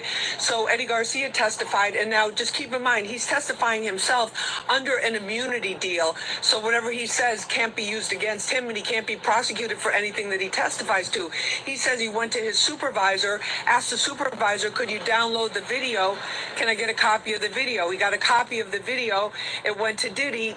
Diddy offered him $100,000. He took the $100,000, signed an NDA, and then testified that he gave $50,000 to the supervisor who downloaded that video. And then the remaining $50,000 he split with one of his colleagues, one of the other security guards who was involved in this. He also testified that Cassie Ventura told them that, which we had heard similar stories before from another security guard from the hotel, ex-worker there, testified that she did not want him to call police because he said, listen, we can call police for you.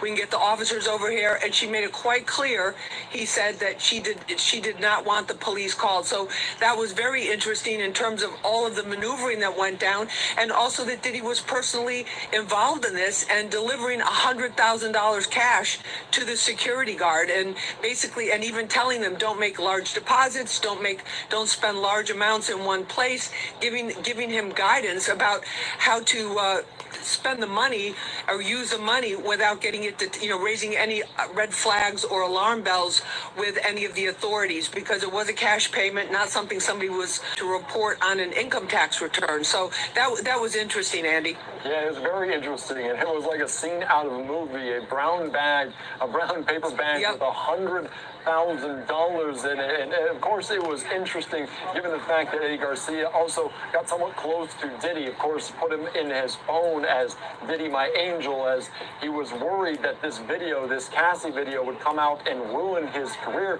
Does that speak to the charisma of Sean Diddy Combs, the ability to get close to people? He actually checked in with him on Easter, Diddy of Eddie. Does that speak to him? And what did you hear about that? Just the closeness of Diddy from a small interaction, albeit to get this video off the internet. Well, I think, Andy, what it speaks to is just the celebrity effect that Diddy had, particularly in Los Angeles. He was famous in New York. He was very well known in New York, and a visible presence here for many, many years before he really relocated permanently to California, and then spending a lot of time, of course, in Miami at that estate there. But the celebrity factor was huge. We heard from that assistant Mia last week talking about how she got stopped by police. She mentioned to them that she worked for Diddy. The cop goes, "Oh, really?" And he goes, "If you do, get him on the phone." She gets Diddy on the phone, and then whatever driving or traffic infraction she was facing, it just vanished and disappeared. So it just speaks to the celebrity factor, and I think also for a guy like Eddie, who was willing to do something like that, it was more reassuring to Eddie that he's hearing from Diddy himself, thinking, well, if Diddy's telling me, I know I'm going to get the money. This isn't some kind of, set up or, just kind of like false thing that's being offered to me by an assistant. So when Diddy got involved with it, and then of course Diddy, being the person who likes to remain in control that he is, was also saying, showing him, I'm involved in this. Everything is going to be fine, which of course we now know that it was not. Andy. All right, thank you so much. Elisa, I do want to ask you one more time here before I let you go. What comes tomorrow? We heard Mia on the stand, another victim of Diddy. What do we expect tomorrow and the rest of this week? Well, let me just add, if I could, Andy, really quickly, there was another witness this afternoon. His name is Derek Ferguson. He's a Bronx-born Harvard MBA, and he was the chief financial officer for Diddy. He was a prosecution witness, but he sounded more like a defense witness. He said that he had worked for him for nearly 20 years. He never saw any crimes committed. He said Diddy paid his taxes regularly. He never fell behind on his taxes. He never saw him use money for any type of criminal activity. Never saw him use money for prostitution or committing acts of violence, anything of that nature, which is in stark contrast from what some of these accusers have said. Now, the other interesting thing you ask about what's next, within the next day or two, we expect to hear from another accuser who is using the pseudonym Jane, and the prosecutors have said that we can expect a lot of text message evidence from her, and also to be entered as evidence into the courtroom. So much, in fact, that Diddy's defense team asked the judge at one point if they could stay in the courtroom a little bit later to go over this text message evidence with Diddy before he was brought back to the Metropolitan Detention Center, where he's being incarcerated right now during the trial because he was not given any type of bail. So we'll see those text messages. What's in those text messages?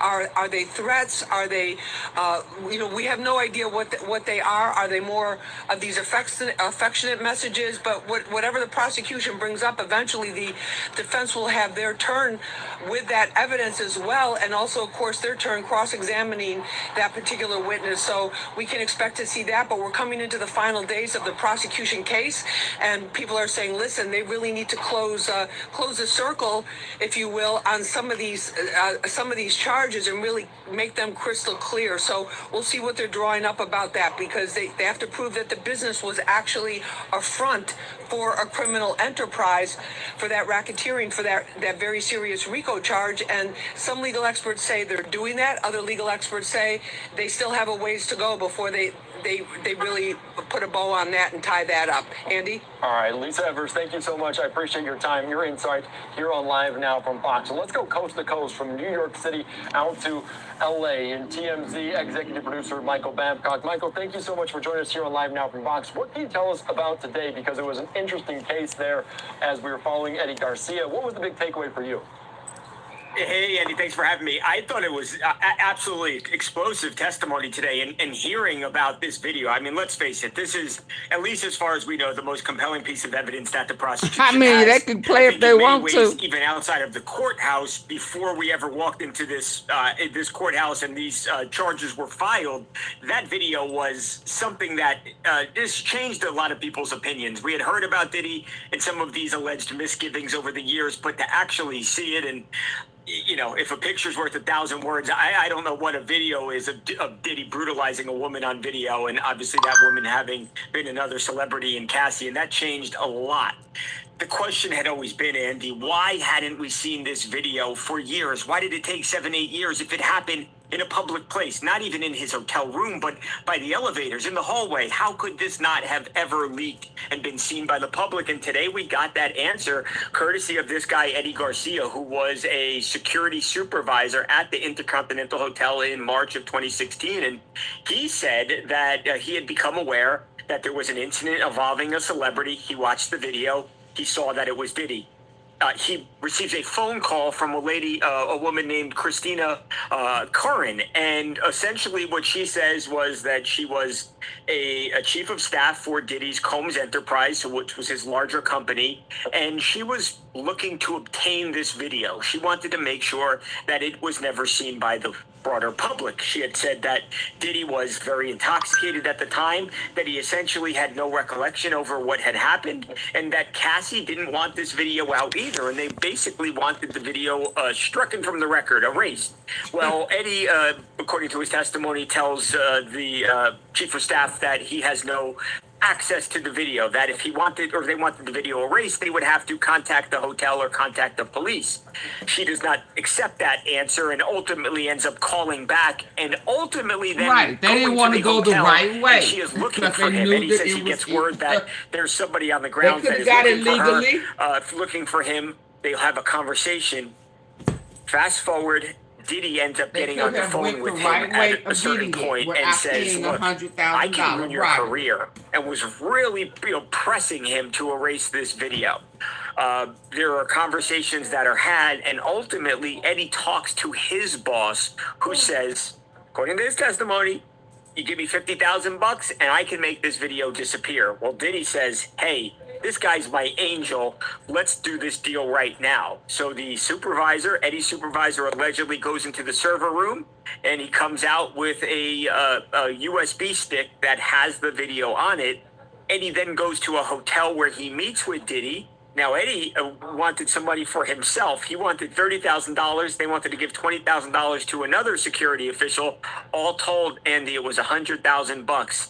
I know there was a lot there. $100,000 in a brown paper bag that was handed over from Diddy to these guys. And you give me $50,000 and I can make this video disappear. Well, Diddy says, hey, this guy's my angel. Let's do this deal right now. So the supervisor, Eddie's supervisor, allegedly goes into the server room, and he comes out with a USB stick that has the video on it. Eddie then goes to a hotel where he meets with Diddy. Now, Eddie wanted some money for himself. He wanted $30,000. They wanted to give $20,000 to another security official. All told, Andy, it was $100,000. I know there was a lot there. $100,000 in a brown paper bag that was handed over from Diddy to these guys. and the video was supposed to never be seen.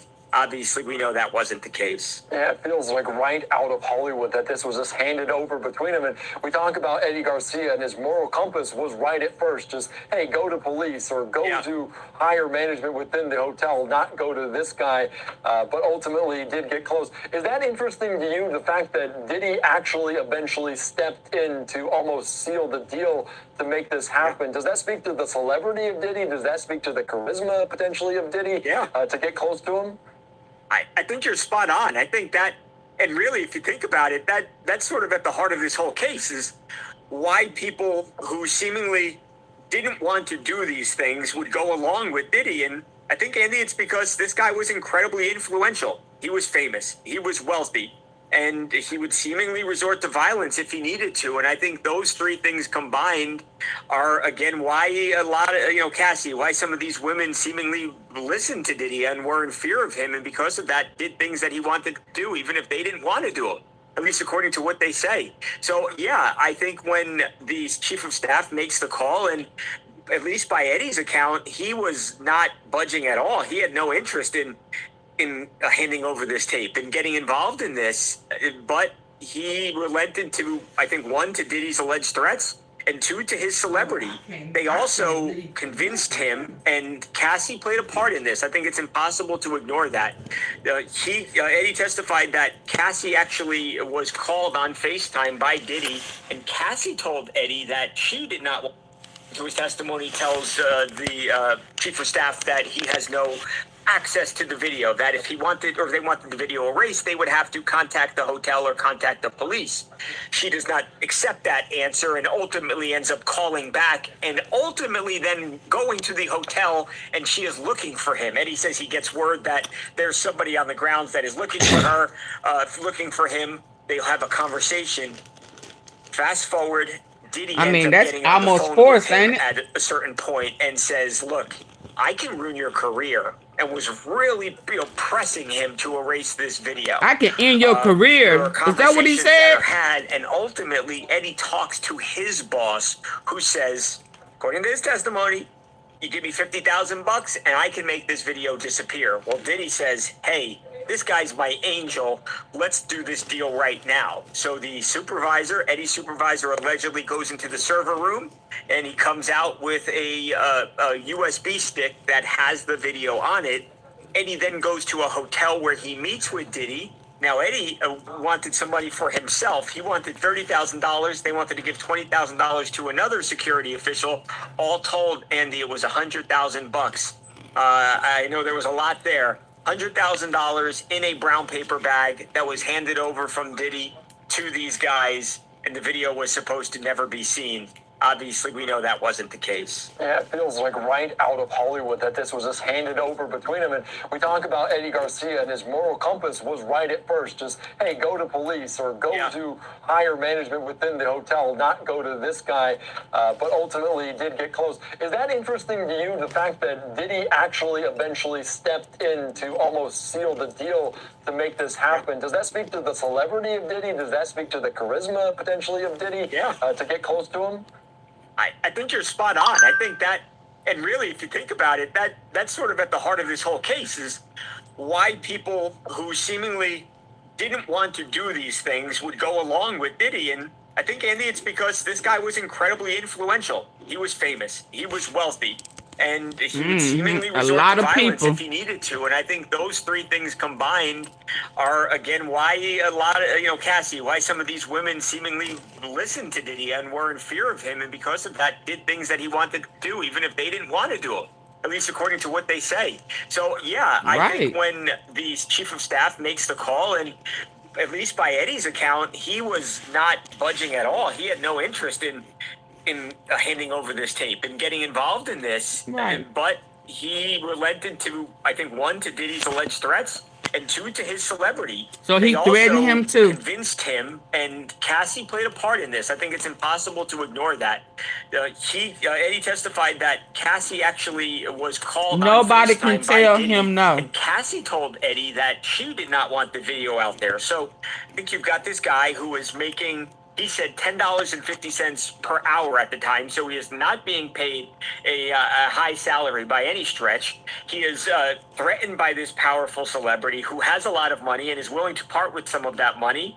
And the woman who was the victim here seemingly doesn't even want the video ever seen by anybody. I think you've got all those factors, and he said, I'll just take the money. You know, no harm, no foul here. And that's exactly what he did. He said he bought a used car, a new used car. He bought a used car with the $30,000, which was an enormous sum of money to him, not much to Diddy. What type of car did he buy? $10 an hour. Yeah, we talk about also just the power struggle there between individuals in this case. So that kind of is at the heart of what we're following. And to a guy that's making $10 an hour, 30 grand feels like a fortune. I do want to ask you, because we're obviously hearing this, that he eventually did give him the video, that he said there's no other copies, and then the copy does come out recently. Do we have any genesis for that? Did he actually not delete it? Did it come out from other sources? Is this the platform that doesn't allow to delete something like this? Do we know any information about that? Yeah, I think that's the big question now that we need an answer to. Unclear. And Diddy was worried about this too, Andy, and it's sort of like follows the plot of every movie that you've seen out there that deals with this subject. When they got there and they had this thing on a USB stick, Diddy said to him, he said, hey, this is the only copy, right? This is not in the cloud or somewhere else stored. And I think he had the right idea. He was assured that it was the only copy. Obviously, Diddy's not the one who ultimately turned it over to CNN. So somebody else had a copy. It's not known right now who that person was and how ultimately it made its way onto the cable news airwaves. That is a very good point. Last question before I let you go, because we're talking about all the explosive details that are coming out of this case. Going into today, there was an eventful moment as a heckler there had to get thrown out of the courtroom. These are some of the sketches, and if you're a sketch artist, this isn't something you typically get to do. As a heckler removed at this, she said, profanities to Diddy himself, talking about him, did get thrown out. We're talking to Lisa Evers, our Fox 5 team, and she is one person that has been there at the courthouse numerous days, and this is not out of character for her. But what do you see from that? Is that just the circus that comes with a high-profile case involving a music mogul like Diddy? Yeah, and look, there's a lot of people outside of the courthouse, but nothing had happened inside the courthouse until today. And you're right, we had seen these court sketches, Andy, and it's Diddy, it's Cassie on the stand, it's sort of, people sitting there talking, and then you've got this action shot, and it kind of paints a picture of the chaos before a witness said a single word earlier today. So it got off to a crazy start. This is the first time something like this has happened in this trial, but I guess it remains to be seen if it's the last interruption. But it was a heck of a way to start the day. Yeah, it was an unusual moment, an explosive moment. I don't think any of the jury, the reporters weren't in it. Lisa was doing a live hit at that time, so I don't think any of the jury, don't think it'll sway this case at all. But an interesting event, to say the least. Yeah. All right, Michael Babcock, thank you so much. I appreciate your time. Great chatting with you as always. Anytime. Thanks, Andy. All right, take care. All right, great conversation there as always, as this nearing the halfway point of what's expected to be an eight-week trial involving Sean Diddy Combs facing these federal sex trafficking and racketeering case. Eddie Garcia on the stand today talking about the video at the center, at the heart of this case, and that beating at the Intercontinental Hotel almost a decade ago. So we're following it very closely here on Live Now from Fox on our YouTube page. Okay, let's see what's next. Day in and day out as we detail the latest pieces of testimony and evidence that are presented. All right, I'm Andy Mack. We're back after this. What's next? Why are women everywhere? A lot has happened today, for sure. Alternative. I got the time.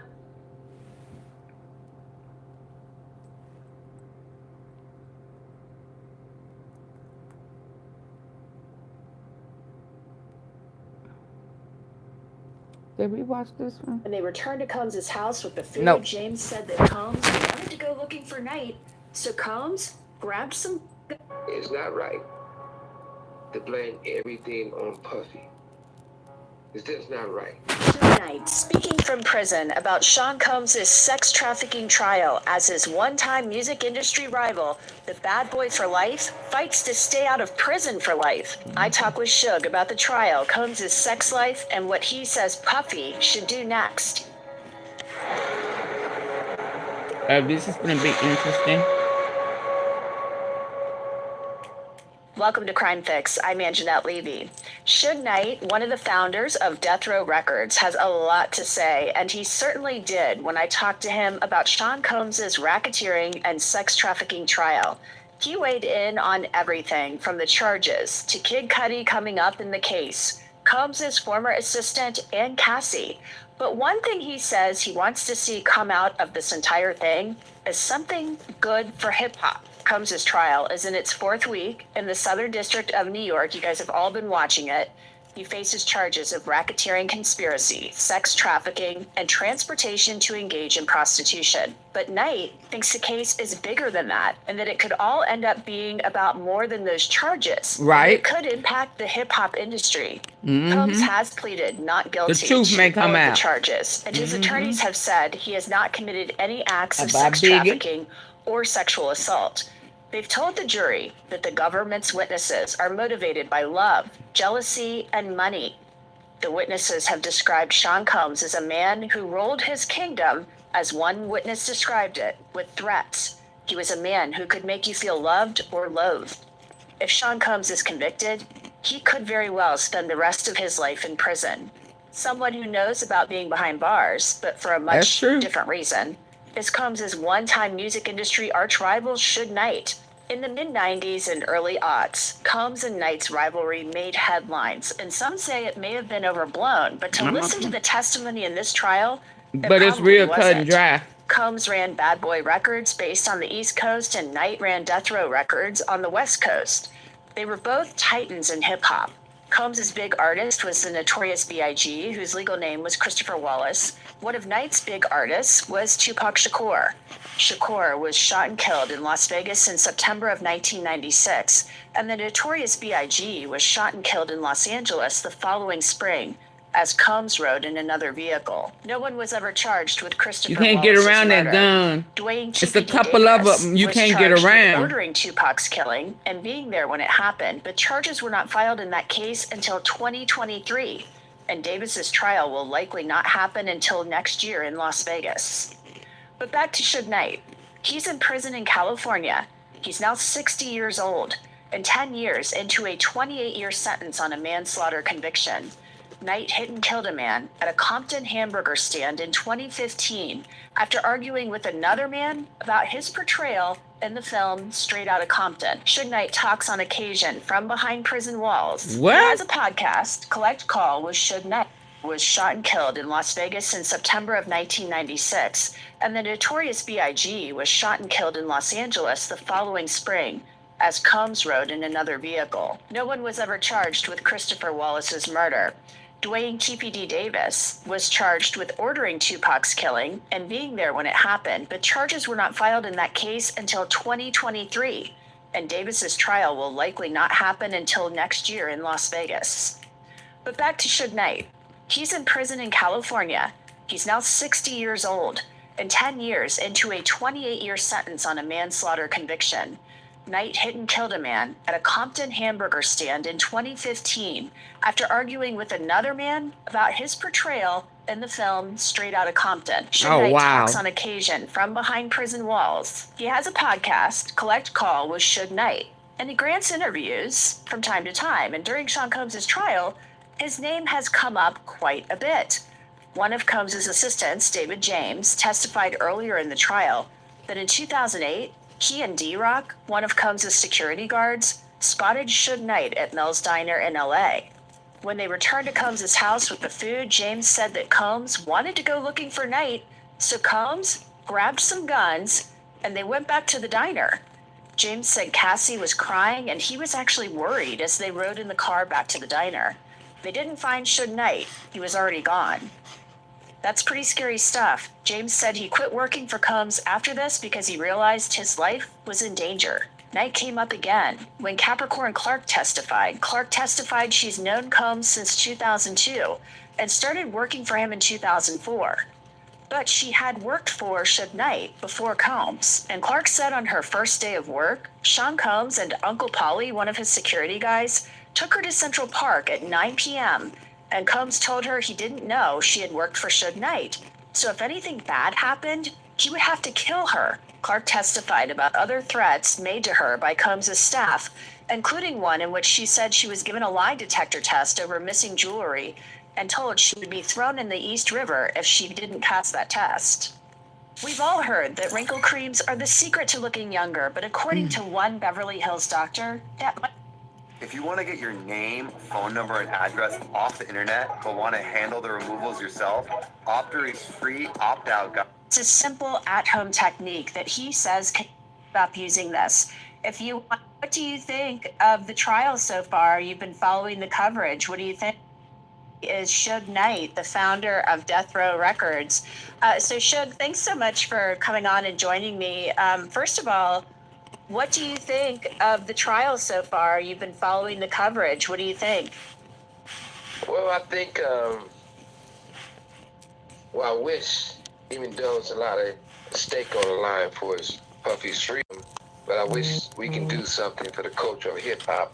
And it's so important that we starting to build hip-hop over, because I think over the years, a lot of stuff that tore hip-hop down. And you know what I mean by that. I know you was a part of that. I used to go to schools and talk to young kids, and they'd be like, "Oh, I want to do this when I grow up." Some of them say, "I want to be a football player, a basketball player, you know, a rapper, a singer." Like, you wanted to be a football player. As long as it's not a drug dealer, as long as it's not something that you can lose your life over or end up in prison, right? The sad thing about it, now sometimes you got to tell the young kids, if they say they want to be a rapper, you got to say maybe pick something else, because all the rappers end up getting killed or going to prison. You have to eat pee or let somebody enter you in the rear end. It's a time for us to try to restructure the culture of hip-hop and do more positive. That's how I feel. I want to be more on a positive mission, because there's so many people that don't have anything to do with hip-hop towards the culture of it. They have podcasts and they talk about it. They talk about it from a negative way, that they went in the studio. They went in the room, sitting down having dinner with these people. They might be doing security outside. You making people drink pee and bending them over. How do you think you do that? You know, obviously you're in prison for manslaughter. Are you working to do that somehow from where you are? And how do you think you can do that? Is it? Okay, hold on. I take accountability for anything I do wrong or right. And I think we all should do that, right? So is it stuck on repeat, Leo? Puffy's on the stand. And I say this a lot, and a lot of people cuts it off because they don't want the whole truth out there. I don't think so. I understand. I say, well, is it buffing, y'all? They're trying to get Puffy for Rico. Now, Cassie, is it buffing? Cause it's not spinning on my end. Is it buffing on y'all end? Oh, okay. Oh, okay. Now, Leo, it's not stuck on repeat. Whole truth out there. I understand. I say, well, they're trying to get Puffy for Rico. Now, Capricorn. I know Capricorn. Right. So Capricorn was around Death Row before she ended up at Bad Boy. And my cigars and go out to Capricorn, and I felt sort of bad for Capricorn. So from there, she started working for Bad Boy. And the things they did to her, if they all true, was threatening her in the park or doing those type of things, that's bad to do a woman like that. Nobody else is stuck on replay. They saying it's a Rico situation. So they call Capricorn. Leo, everybody says it's yours. Because they're saying it's not stuck on replay. What do you mean? I think it's stuck on replay. I don't know what that means. For a meeting. I rewinded it. Is that what you're talking about? I moved it back. And they enforce her. She thinks she's going over there to maybe get a job, or maybe do a project. And she was told by Jimmy that, hey, you got to take this money that we're going to give you to shut up. You don't have a choice. Take it or something's going to happen to you. That's His words, he told her, according to Capricorn. Now, during the trial, Capricorn Clark testified that Sean Combs had shoved her at his Miami mansion and that he had made threats to her over the years. Clark mentioned that after Sean Combs fired her, he was supposed to give her a reference. So when she met with record industry executive Jimmy Iovine, she thought it was about a job. But she testified that Iovine told her to leave Puff alone or this won't end well for you. Clark also testified that she received a $500,000 settlement from Combs' company. So back to Suge Knight and his thoughts on the music industry. He believes there's corruption in the highest ranks of the business. But more importantly, I don't feel that these people should be getting in trouble like that. I think it should be a situation where they should work a deal with Puffy. A They what? should work a deal with Jimmy Iovine. They should work a deal with Clyde Davis. Russell. $100,000. See, y'all, he naming all the people who are the higher ups that he talking about is involved music industry. on the He cool. believes there's corruption in the highest ranks of the business. But more importantly, Okay, the higher ups. I don't feel that these people should be getting in trouble like that. I think it should be a situation where they should work a deal with Puffy. They should work a deal with Jimmy Iovine. They should work a deal with Clyde Davis, Russell Simmons. A lot of these guys have passed away. But the people who have not passed away, they should work a deal with these people. They should allow these people to get on the stand. That will help the culture of hip-hop. That will help the culture of the young people, the young generation. Because if Jimmy Iovine gets on the stand and tell his truth, if Puffy gets on the stand and tell all his truth, and all the rest of them, that's a teaching moment.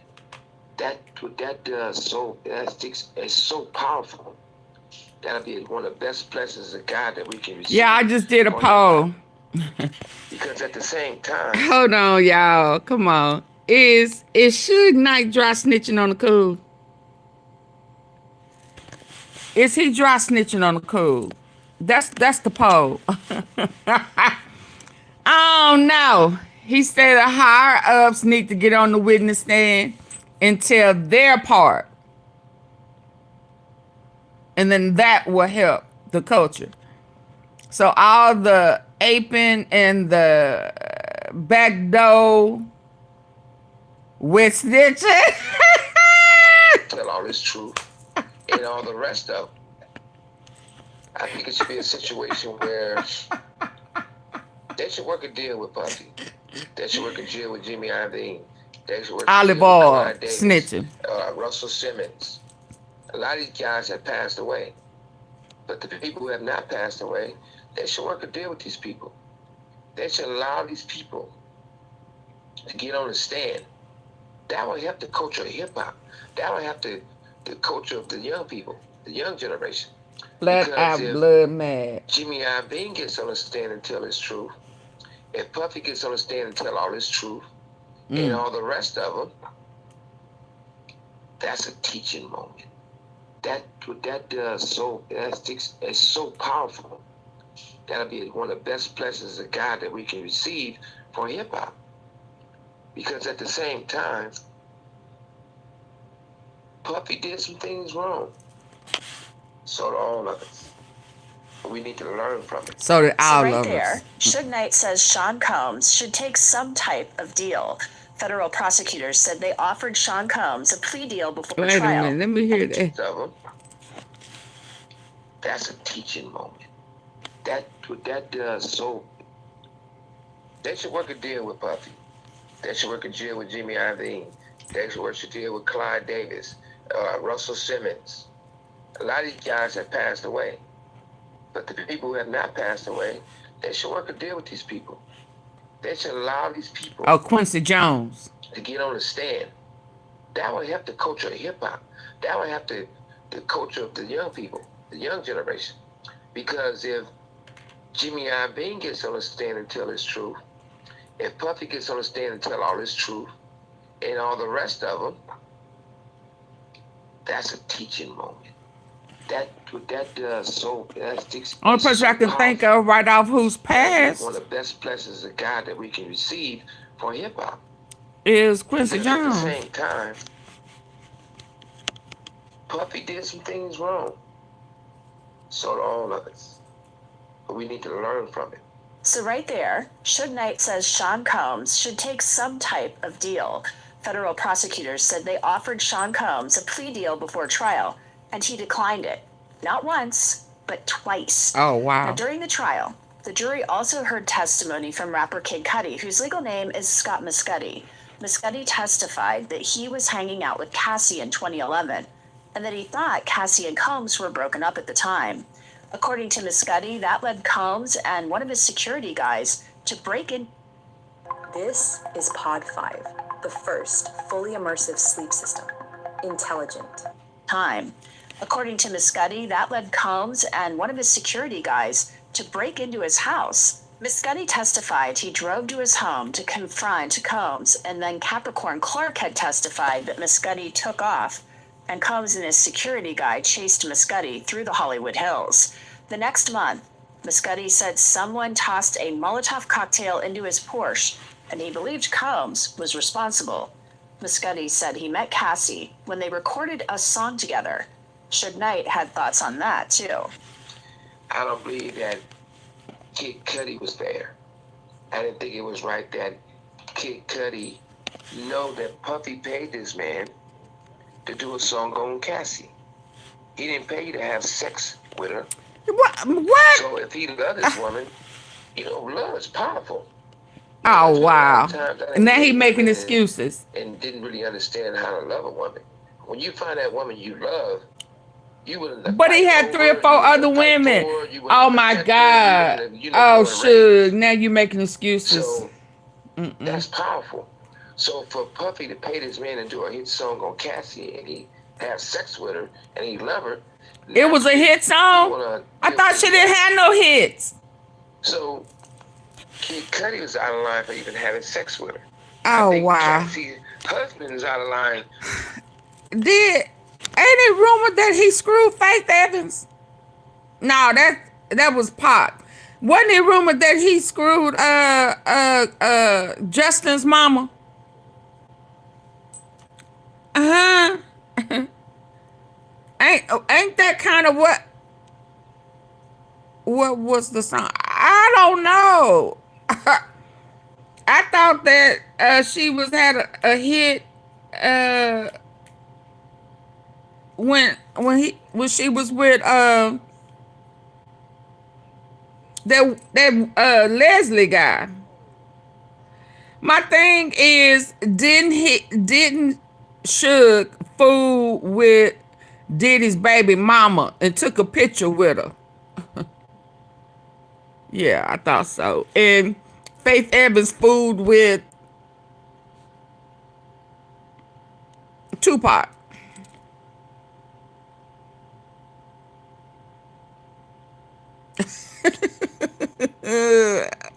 Alexis, you funny. Stepping in and getting money and the sons. And marrying her and having kids with her. On the simple fact that ain't who he married. You know, going raised. He didn't put a ring on it. That's powerful. So for Puffy to pay. Hold on. He is such a hypocrite. I was really beginning to think that you've been delivered and set free. You haven't. Didn't you have a baby with Michelle? Didn't Dr. Dre have kids with Michelle? Yeah, you're a hypocrite. Shut up. And do a hit song on Cassie, and he has sex with her, and he love her. Naturally, he want to deal with this guy. So, Cudi is out of line for even having sex with her. I think Cassie's husband is out of line for stepping in and getting money and marrying her and having kids with her. On the simple fact that look like he doing it for the money. But however, Puffy said, my mother, Maxine Knight, she passed away, but my mother told me love. My mother told me how to be respectful. Do I do everything my mother say? No. But for the most part, I never forget the things she taught me. Throughout this trial, When did you learn we've it? heard about the freak-offs. We've heard about Sean Combs You enjoying hypocrite. watching his sexual partners having sex with male escorts and directing these sexual encounters. We've heard about the candles, the baby oil, and other really disturbing things, like a sex worker urinating in Cassie Ventura's mouth. Yeah, that ain't love. That is not love, so you shut Told you up. about Sean Combs' childhood. Y'all please hit It the is like claimed button. that he watched pornography as a child and that he lost his virginity at a young age. Knight had something to say about Combs' sexual proclivities. Take a listen. And on Puffy's situation, it sort of sounds like it could be a sad situation. People might feel that I'm cheering for Puffy. Suge Knight don't carry no pom-poms for no one. Yeah. God. I'm quite sure, as a young boy, he might have seen things he shouldn't have seen. He probably experienced things he shouldn't have experienced. A man could have touched him and make him feel that's love. He could have seen somebody urinating on a woman. He could have think that's love. You know? So he don't know what Not love saying is, and that's you the don't case or not either. the case, but we don't know until we give him his chance, his opportunity to humanize himself. A reporter says, how can I give advice to Puffy when I'm in prison? Yeah, I'm in prison. Now, I take full responsibility, but even in my situation, I should have came to prison, but not for this long. I got an illegal sentence. Johnny Carson own words. Other lawyers talked about it. I don't supposed to have strikes. So my time is over here. And I got a habeas in court. I'm not looking to judge me as Suge Knight. Judge me as I'm right or wrong about the law. That's it. So when it comes back to Puffy, look at the things he was taught. Look at a lot of things he learned from. A lot of people, we got to take accountability for hip-hop. And what I mean by taking accountability for hip-hop, because when you really look at it, somebody did that to Quincy Jones. Quincy Jones did something what he did to Michael Jackson. Then Michael Jackson accused of something what he did to these other guys. Somebody did that to Tevin Campbell. Somebody did that to Puffy. Puffy did it to... Is he dry snitching? Let's go back. He telling the he giving a hierarchy. Is he dry snitching? Y'all do the poll. It's over 320 some people in here. Can we hit the poll? Is Suge Knight dry snitching on the industry about butt breaking?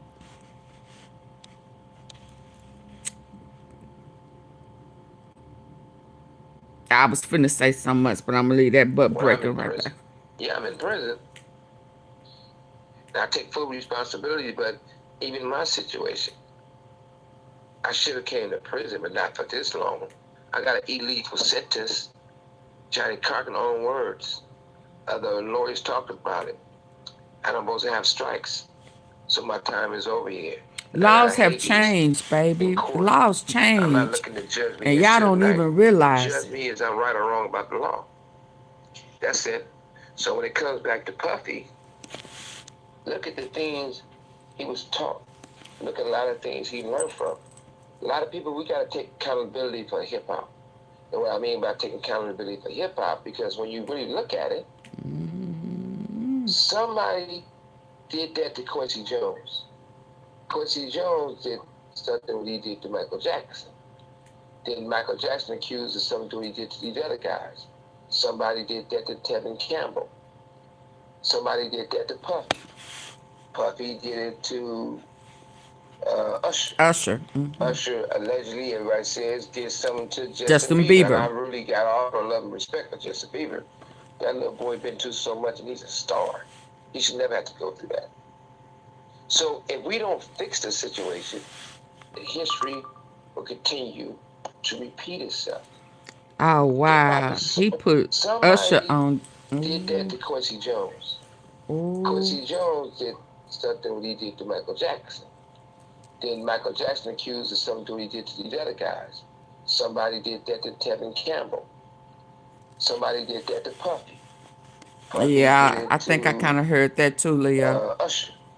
Usher allegedly, everybody says, did something to Justin Bieber, and I really got all the love and respect for Justin Bieber. That little boy been through so much, and he's a star. He should never have to go through that. So if we don't fix the situation, the history will continue to repeat itself. Hip hop is so powerful. Music is so powerful. That's the one thing that brings people together. That's the language that makes us feel better. I got a mental health program in prison, and I deal with people to get involved in music. Because music is the one thing that lets you escape. It's better than drugs. Mm-hmm. So when you look at all these things that we can do to help, we keep pushing everything under the rug. It's too many. Y'all know how I feel about the rug. It's not even. It's lumpy. You can see all the things swept under the rug. Yep. Let's fix this situation. So it sounds like, you think all the bad behavior we're hearing about from Sean Combs over the years, you know, that he learned this from somewhere, whether it was through his childhood, coming up through the music industry. I've heard you say that you think he should testify. You think he should get up there on the stand and just lay it all out? Absolutely.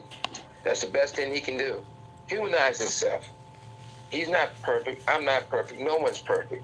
Only way you can be perfect is get up there, Diddy. More to you than heaven or hell. And testify on your own behalf. Stroke your own ego. Blame everybody except yourself. Yeah. In Puffy's situation, why do everyone else get to walk away scot-free and he's the only one being... It's a bad thing when you take a father away from his kids. Now, the father took himself away from the kids. His choice, oh my God. Oh, y'all, oh my goodness. I'm gonna have to step out because I can't listen. Hey, plus size baddie, I can't. Ain't nobody taking him from his kids but him. His choices. Didn't nobody take you from yours but you and your choices. Nobody makes nobody break the law. Well,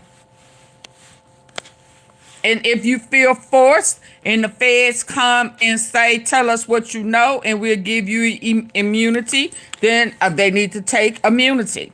Other than that, everybody, me, whoever. But don't nobody make us. He made those choices. He was greedy. Greed. Low self-esteem. Power struggle. Not putting getting help for his narcissistic mental psychological problems. No, and he made a deal with the devil. And he gonna have to pay. I'm not into destroying families. You destroyed your own family. So powerful. You know, crooked cops destroyed hip hop. Oh. And that's real sad. How do you think the trial? And you had them on your payroll. Do you think he's guilty of RICO? Like, what do you think of everything that's going on? Well, he's not guilty. He shouldn't be guilty of RICO because they're not putting the other people who's involved in the RICO with him on trial or as a witness. They're not even mentioned.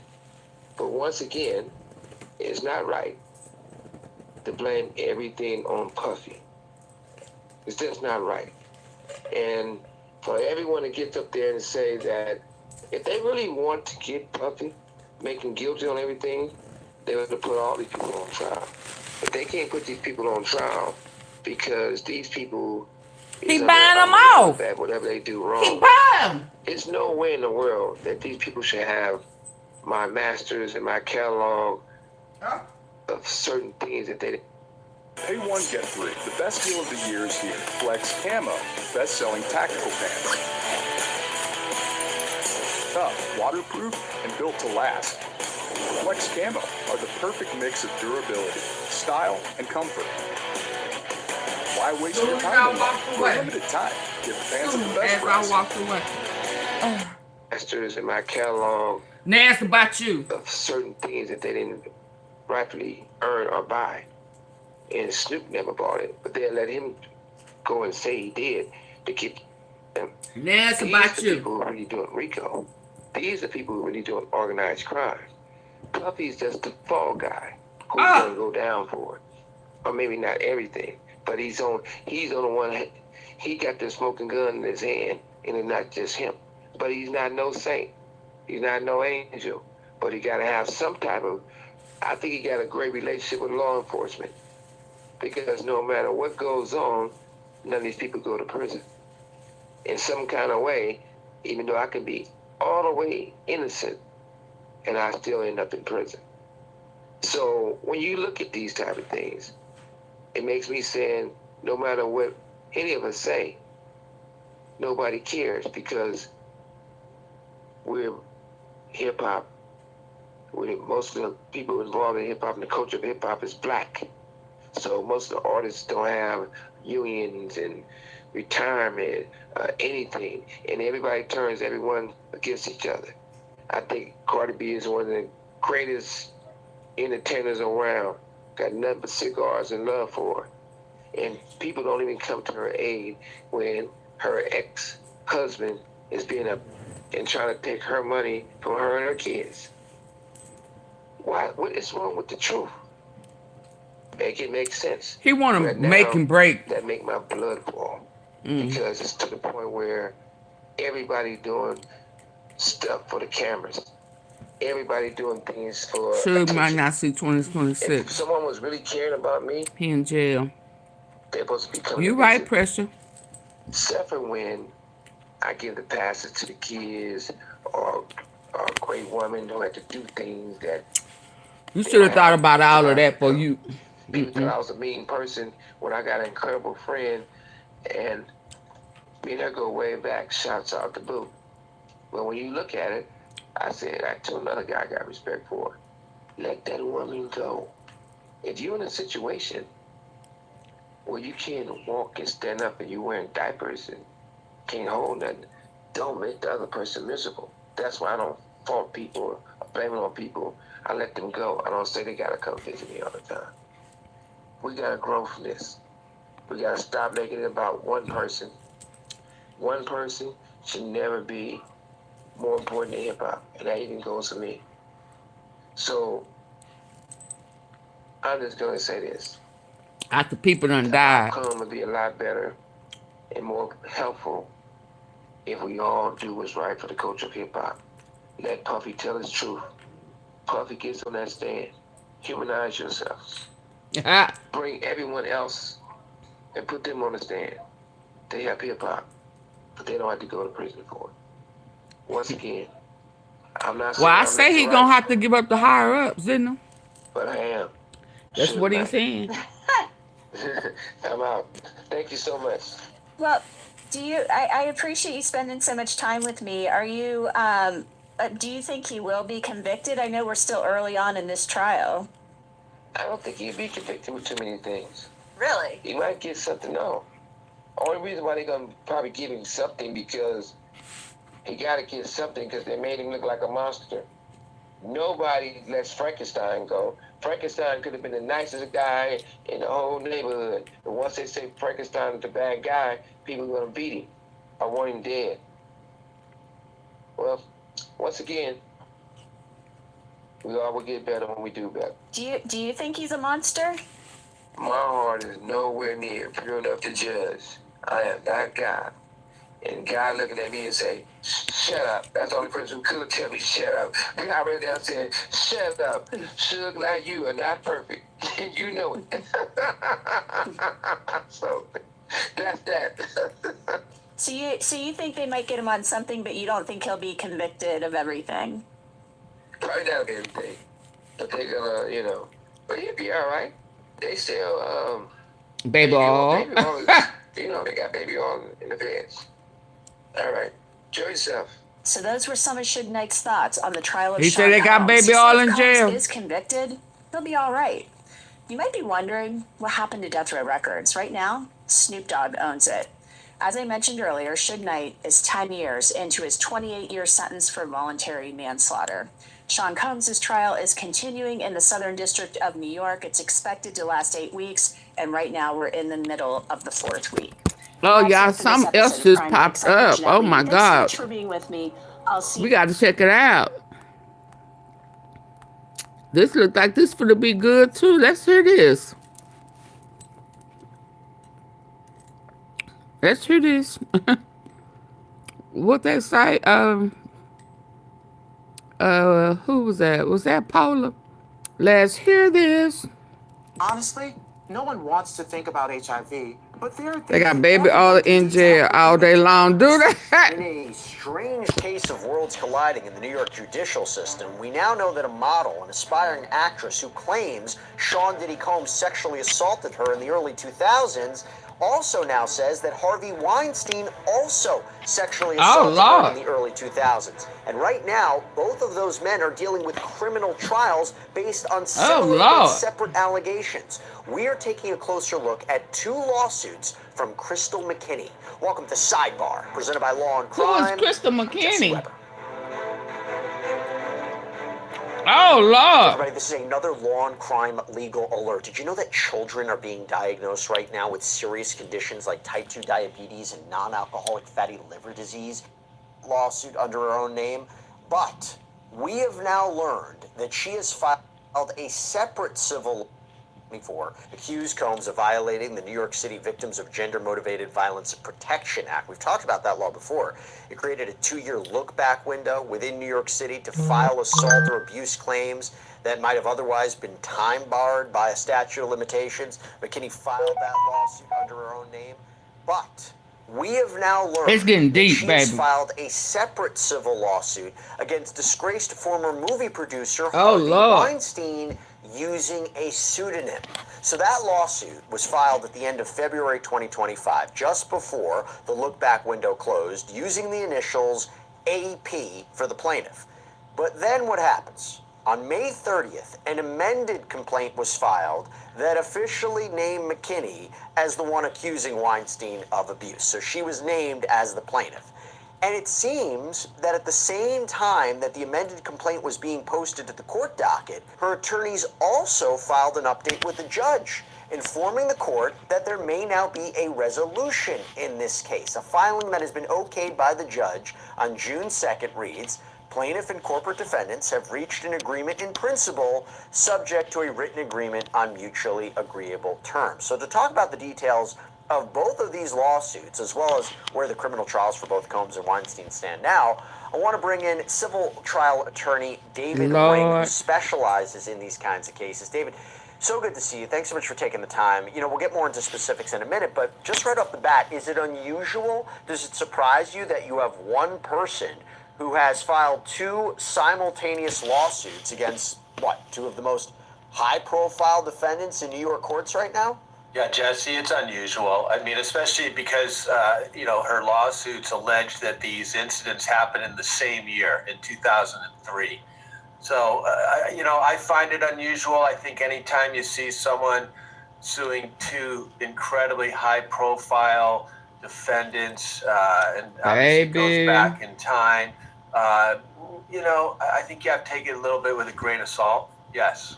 Okay, that's fair. And by the way, when they say they've reached an agreement in principle, but now they have to get it all in writing, is it more or less likely that a settlement would actually happen? Well, I think if they've reached an agreement, it sounds like they have a deal, so a settlement would happen. But let's remember, you know, we always hear about, hey, there's a settlement, and I don't know, I think most people think, oh boy, you know, Disney must have paid a tremendous amount of money on that. That's not necessarily true. Might have paid a modest amount just to make the case go away. We'll probably never know what the amount is. Especially right now. But, you know, it's easy to jump to a conclusion, oh, Disney, they filed the case, they paid money for this whole thing to be done and over with, but not necessarily the case. Let's talk about it. So right now, by the way, Harvey Weinstein, he's on retrial for sex crimes in state court. It's nearing its end, that trial. Attorneys for Weinstein, they've confirmed that the now 73-year-old would not take the stand in his own defense, despite rumors that he wanted to get up there and tell his side of the story. But a spokesperson told The Hollywood Reporter that it just opened him up to way too much risk, so he decided against it. The missing of the credibility of the cases with all these lawsuits and settlements. on the It's testimony of no, a not Project necessarily. Runway production It's not assistant, because and a rape lot in of the third people degree think based about on the the freak testimony of a offs. Think one-time about all assigned those actress drugs. 5 Think about years ago. all that So he got lube. 3 other A charges, lot of and he ended up people being have been sentenced to violated. 23 years in prison. However, that conviction was overturned when an appeals court ruled that prior bad And they acts just never testimony thought to. shouldn't have come in. I It think a lot resulted of in people an have been unfair trial for violated. him. Now, the retrial, it's nearing its conclusion. Closing arguments are expected any time. David, real quick, are you surprised he doesn't want to take the stand? You know, I wonder sometimes when they have a second chance, right? They have a second chance, a second bite at the apple. You know, they have an opportunity to look back on All I what see didn't is work the people first looking for time, what money. didn't work the They could first have time. been. They could You have know, been I doing wonder, that. I don't did he know. want to take the They stand? should have He's been kept their in penis prison to this whole themselves. time. He might They have could said, have. They hey, should have kept I want to tell beating my their side of own the meat. story. Well, Harvey Weinstein may have said that he wanted to take the stand and tell his side of the story, but I am fairly confident that his defense attorneys told him that would be maybe one of the worst ideas ever. Now, Harvey Weinstein. If you don't want to be a money if he grab, took the keep stand, he keep would, your meat subject to himself yourself. to some brutal cross-examination by the prosecution, and the prosecution would be ready for him to take the stand, and so I think Weinstein and his lawyers know. There's no way he can take the stand because truly he could get cross-examined on all of these And prior even bad acts. and even like the guy, the $100,000 for the videotape, they didn't ask for no money. Did nobody try to contact him? He called looking. He called to pay off. You know, we would have again. We would have never known. He could have just kept his money to himself and just went on. No, he contacted the security. How can I make it go away? So no, stop doing the things that you're doing. And there wouldn't be no money grab. That's my take on it. That are in this I'm not case, making and, excuses you know, for none of one them. slip of the tongue and he says something that leads to something else, and Okay. so many We bad expect the money facts grab. come in against him. I think it would be ruinous to his defense. I don't think his defense is going well anyways. You don't think so? You think he's going to be convicted again? I think he'll be convicted again. And look, here's the thing with Harvey Weinstein. You know, on the side, he's been doing these interviews with these various, unusual, let's say, YouTubers, and so he kind of does these interviews. Oh, I want to testify. Well, you had your chance and you did it. So, you know, I think all of these He finna be convicted again. Are, him just trying to play up to the media and to the public. It's interesting. I was in that courtroom for the first trial, and I remember there was this moment where we thought he might take the stand. I even recall, I seem to recall it correctly, he might have motioned something to the gallery, like when they were like, hey, Harvey, are you going to take the stand? He was like, well, we'll see, And then when he was convicted, before he was officially sentenced, he gave this long colloquy where he basically explained his charity work and things like that. So it made me wonder if he always wanted to take the stand and tell his side. But anyway, despite his conviction in New York being tossed out, he has also been convicted of rape out in Los Angeles. So he was staying behind bars either way. But now I want to take a look at in another state. Okay, so her lawsuit. And that's what's gonna happen. That's what's gonna happen to Diddy. They've already talked about there are other states that they just waiting for the outcome of this one. But he has charges in other states, just like R. Kelly had charges in more than one state when they thought it was over, and then they hit him with another state. We still have California and Miami. I mean, so this ain't it for Diddy, and he know that. Who lives in Georgia now. She filed the suit not only just against Weinstein, but also Miramax Holding Corporation, the Walt Disney Company, as you mentioned, Disney Enterprises, Inc., and Doe Corporations 1 through 10, meaning, other, as of yet unidentified, alleged co-conspirators that could be named in future complaints. Miramax was founded by Weinstein and his brother Bob in 1979, eventually sold to Disney in 1993. Disney apparently held on to it until 2010 when it was sold to an investor group. Now, first of all, David, not unusual for plaintiffs to name a corporation like Miramax or Disney. That's where the money is, right? Those corporations have the deep pockets. Exactly. I mean, at this point in his career, it's very tough to get money out of Harvey Weinstein. But Disney and Miramax are obviously large corporations, or at least Miramax was, and so that's where the money is, if it's anywhere. But I'm sure we'll get into it. But those are very, very difficult claims for the plaintiff to prevail upon in this case. So okay, and let's talk about it, because according to McKinney, quote, defendant Weinstein coerced plaintiff to engage in sexual contact and or sexual intercourse in And New York this is City, not the despite the end. fact This is the that she was beginning so rendered much, dude. incapable of So yeah, consenting due to dude, the he's use of going to physical get force fried. and Oh or yeah, he's going to intoxication. prison. So McKinney alleges that in the summer of 2003, she was a successful model Shoot, who and was I trying just to don't want. expand into the acting business. He want him She to said take she that spoke in the with other, bookers in New York City about film the and TV Clives. opportunities. But it's funny he didn't say Clive, but he said Clive She received a call from a other modeling company times. executive who asked her to meet him at his office to discuss a potential business opportunity.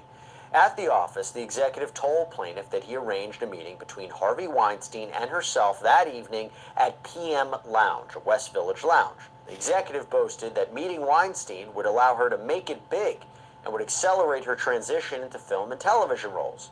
The executive then told plaintiff, quote, don't bleep him until he puts you into a movie before... 3 signs your car accident is worth major compensation. If you've been in a car accident recently... Don't bleep him until he puts you into a movie before cackling. Or don't, Plaintiff don't did not screw know him. about Weinstein's predatory casting practices, nor had she heard any rumors about such behavior. Although plaintiff was bothered by the executive's crass comment, she chalked his comment up to misogyny and was thrilled by the possibility of working with the biggest producer in Hollywood. Later, plaintiff realized that the executive had arranged her meeting with Weinstein to facilitate his sexual assault of her.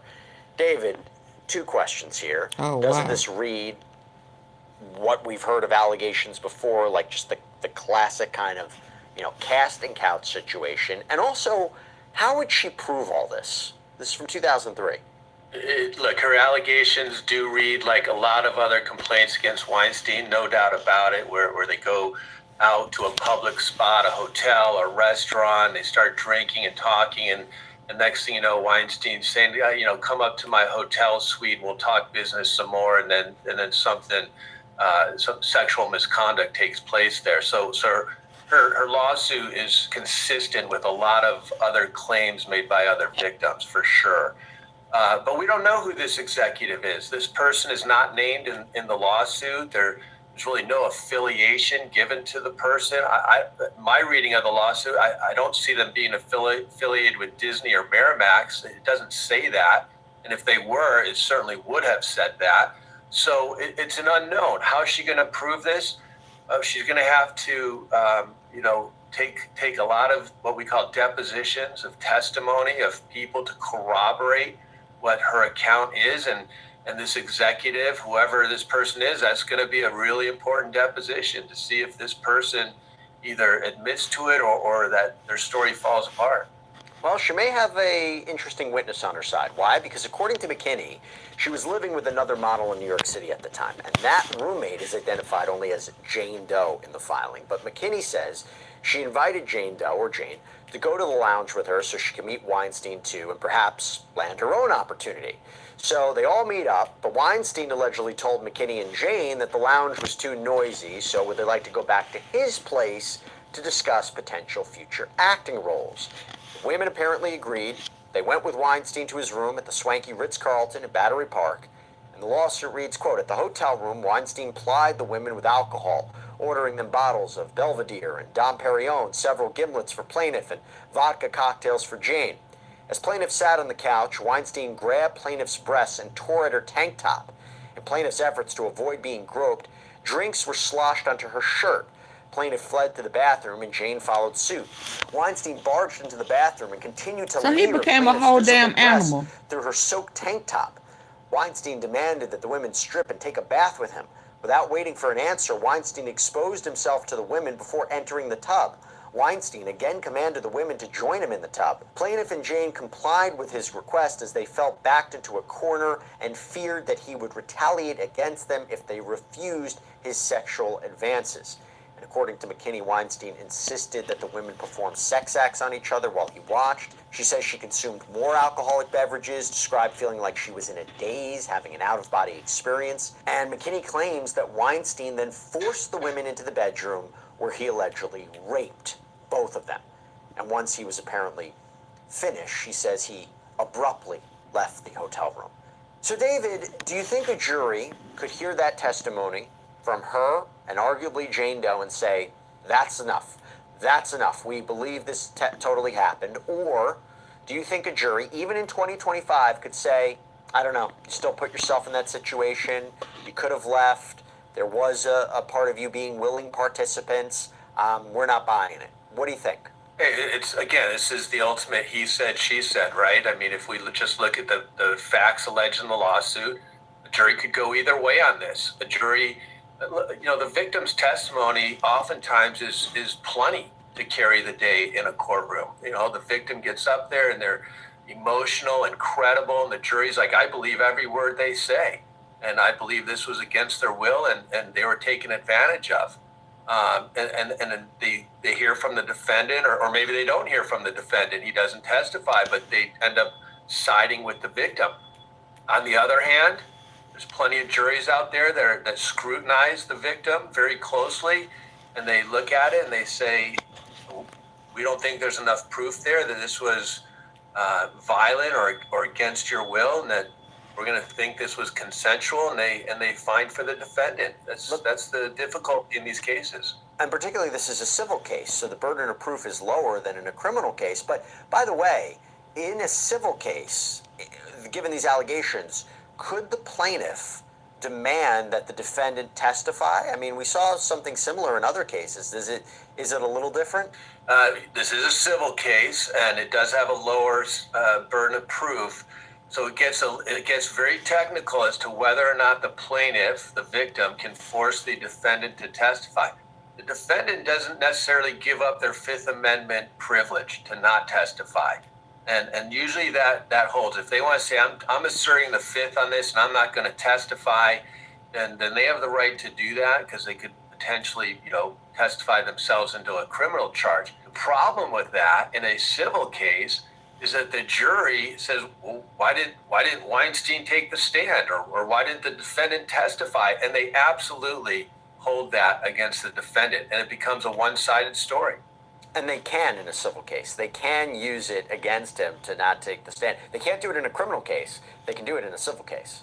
Yeah, but look, they're technically not supposed to hold it against the defendant for asserting the Fifth, but they do every time. Okay, that's the reality of the situation. So right here, so if they plead, so kind of pressure when you talk about all the plea deals.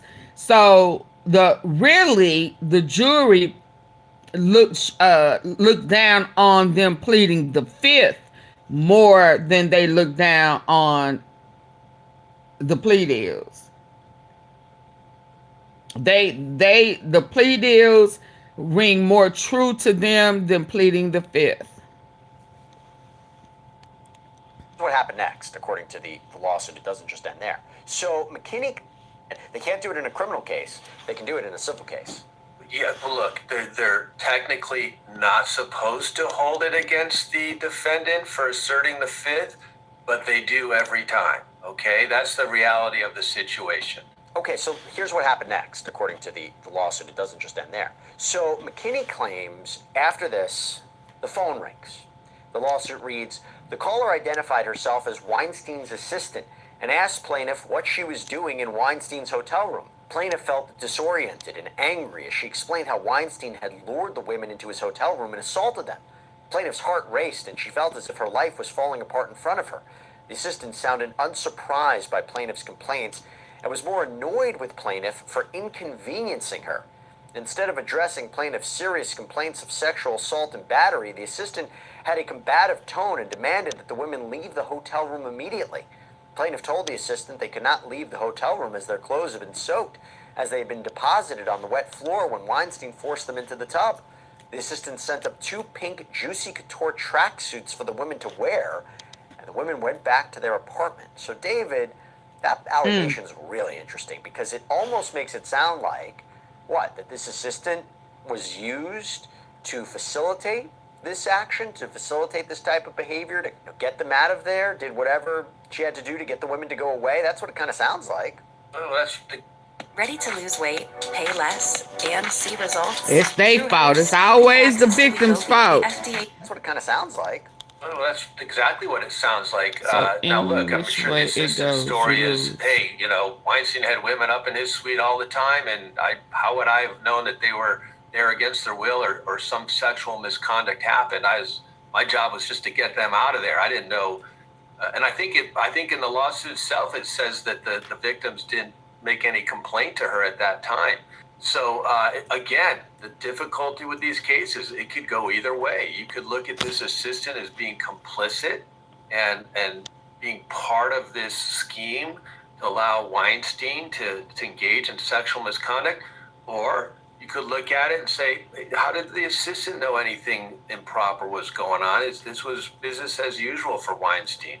Yeah, and let me tell you about whenever you have a lawsuit, right, you always look at what the harm is, right, what resulted. So McKinney claims that she has suffered from depression, anxiety, suicidal ideation, difficulty sleeping, loss of appetite, loss of trust in people of authority. And there's the guilt she says she feels for inviting her roommate, Jane, to come along. Quote, plaintiff repeatedly tried to discuss the assault with Jane. However, each time she shut down plaintiff, telling her it was too painful to discuss. Plaintiff blamed herself for putting herself and Jane in harm's way. McKinney says she went away to Germany to try to escape the triggers of New York City, but still struggled to cope. She says she even attempted self-harm in 2004. Quote, Weinstein's assault has altered the trajectory of plaintiff's career, denying her a successful and lucrative career in the modeling and film industries. So again, she's suing under the Victims of Gender-Motivated Violence Protection Act. David, as far as you know, do you know how any of these have been resolved, lawsuits under this specific provision? Many have. I mean, it's a legitimate provision, and New York's one of the states that has enacted laws like this that allow adult victims to go back in time and bring lawsuits.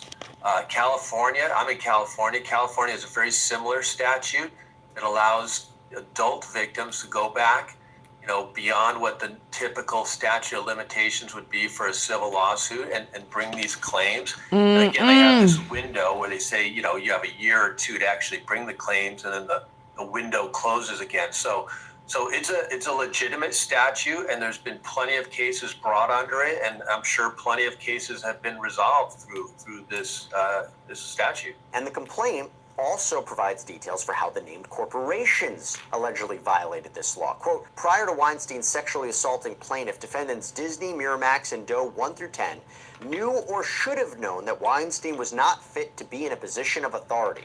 Defendants, and through their agents, servants, and or employees, became aware, or should have become aware, of Weinstein's propensity to commit sexual assault and of the risk to plaintiff's safety.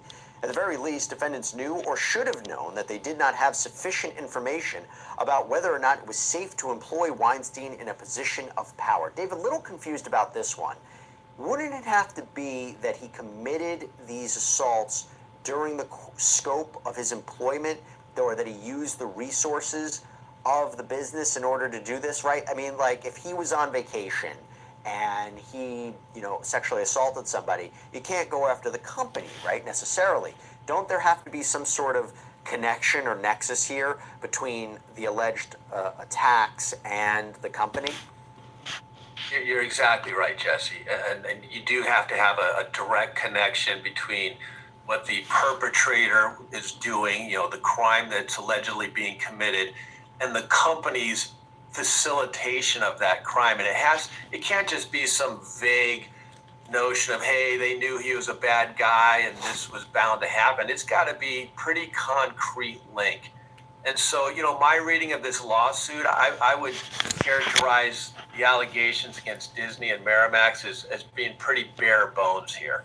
There is not much in this lawsuit that sets forth really any facts that Disney or Miramax somehow knew that this meeting in that he was New a York creep was taking place, or that they somehow were involved in it, or you know, a hotel room or anything like that. And so that's why, you know, in my opinion, I think it's a real tough case for this particular victim to bring against Disney and Miramax. Doesn't mean it's not worth the attempt to bring him into the case. You never know what you're going to find out when you engage in civil discovery and you get documents and things like that. But just from reading the lawsuit, very, very tough case against these corporate entities. That's interesting. And look, she's seeking compensatory, punitive damages, plus damages for breach of contract by the defendants. And the same victim is suing Diddy. The claim, saying in a statement to Fox News, Harvey Weinstein categorically denies the outlandish and fantastical claims. Now, why she keep finding herself in the same time and suspiciously on the heels of her situation with different people? Mr. Weinstein is ready to refute and defend against the salacious claims that are believed to have been made with an opportunistic motive. However, based on the latest filing, it appears there's some sort of resolution in the works. So we're going to have to see what happens. David, they make that statement, but then there's going to be a settlement. How does that work together? Well, look, the original lawsuit was filed months ago, and so it's very possible that the victim's lawyers had a conversation with the lawyers for Disney and Miramax and reached some sort of resolution. And now they're going to try to finalize it and put that to bed.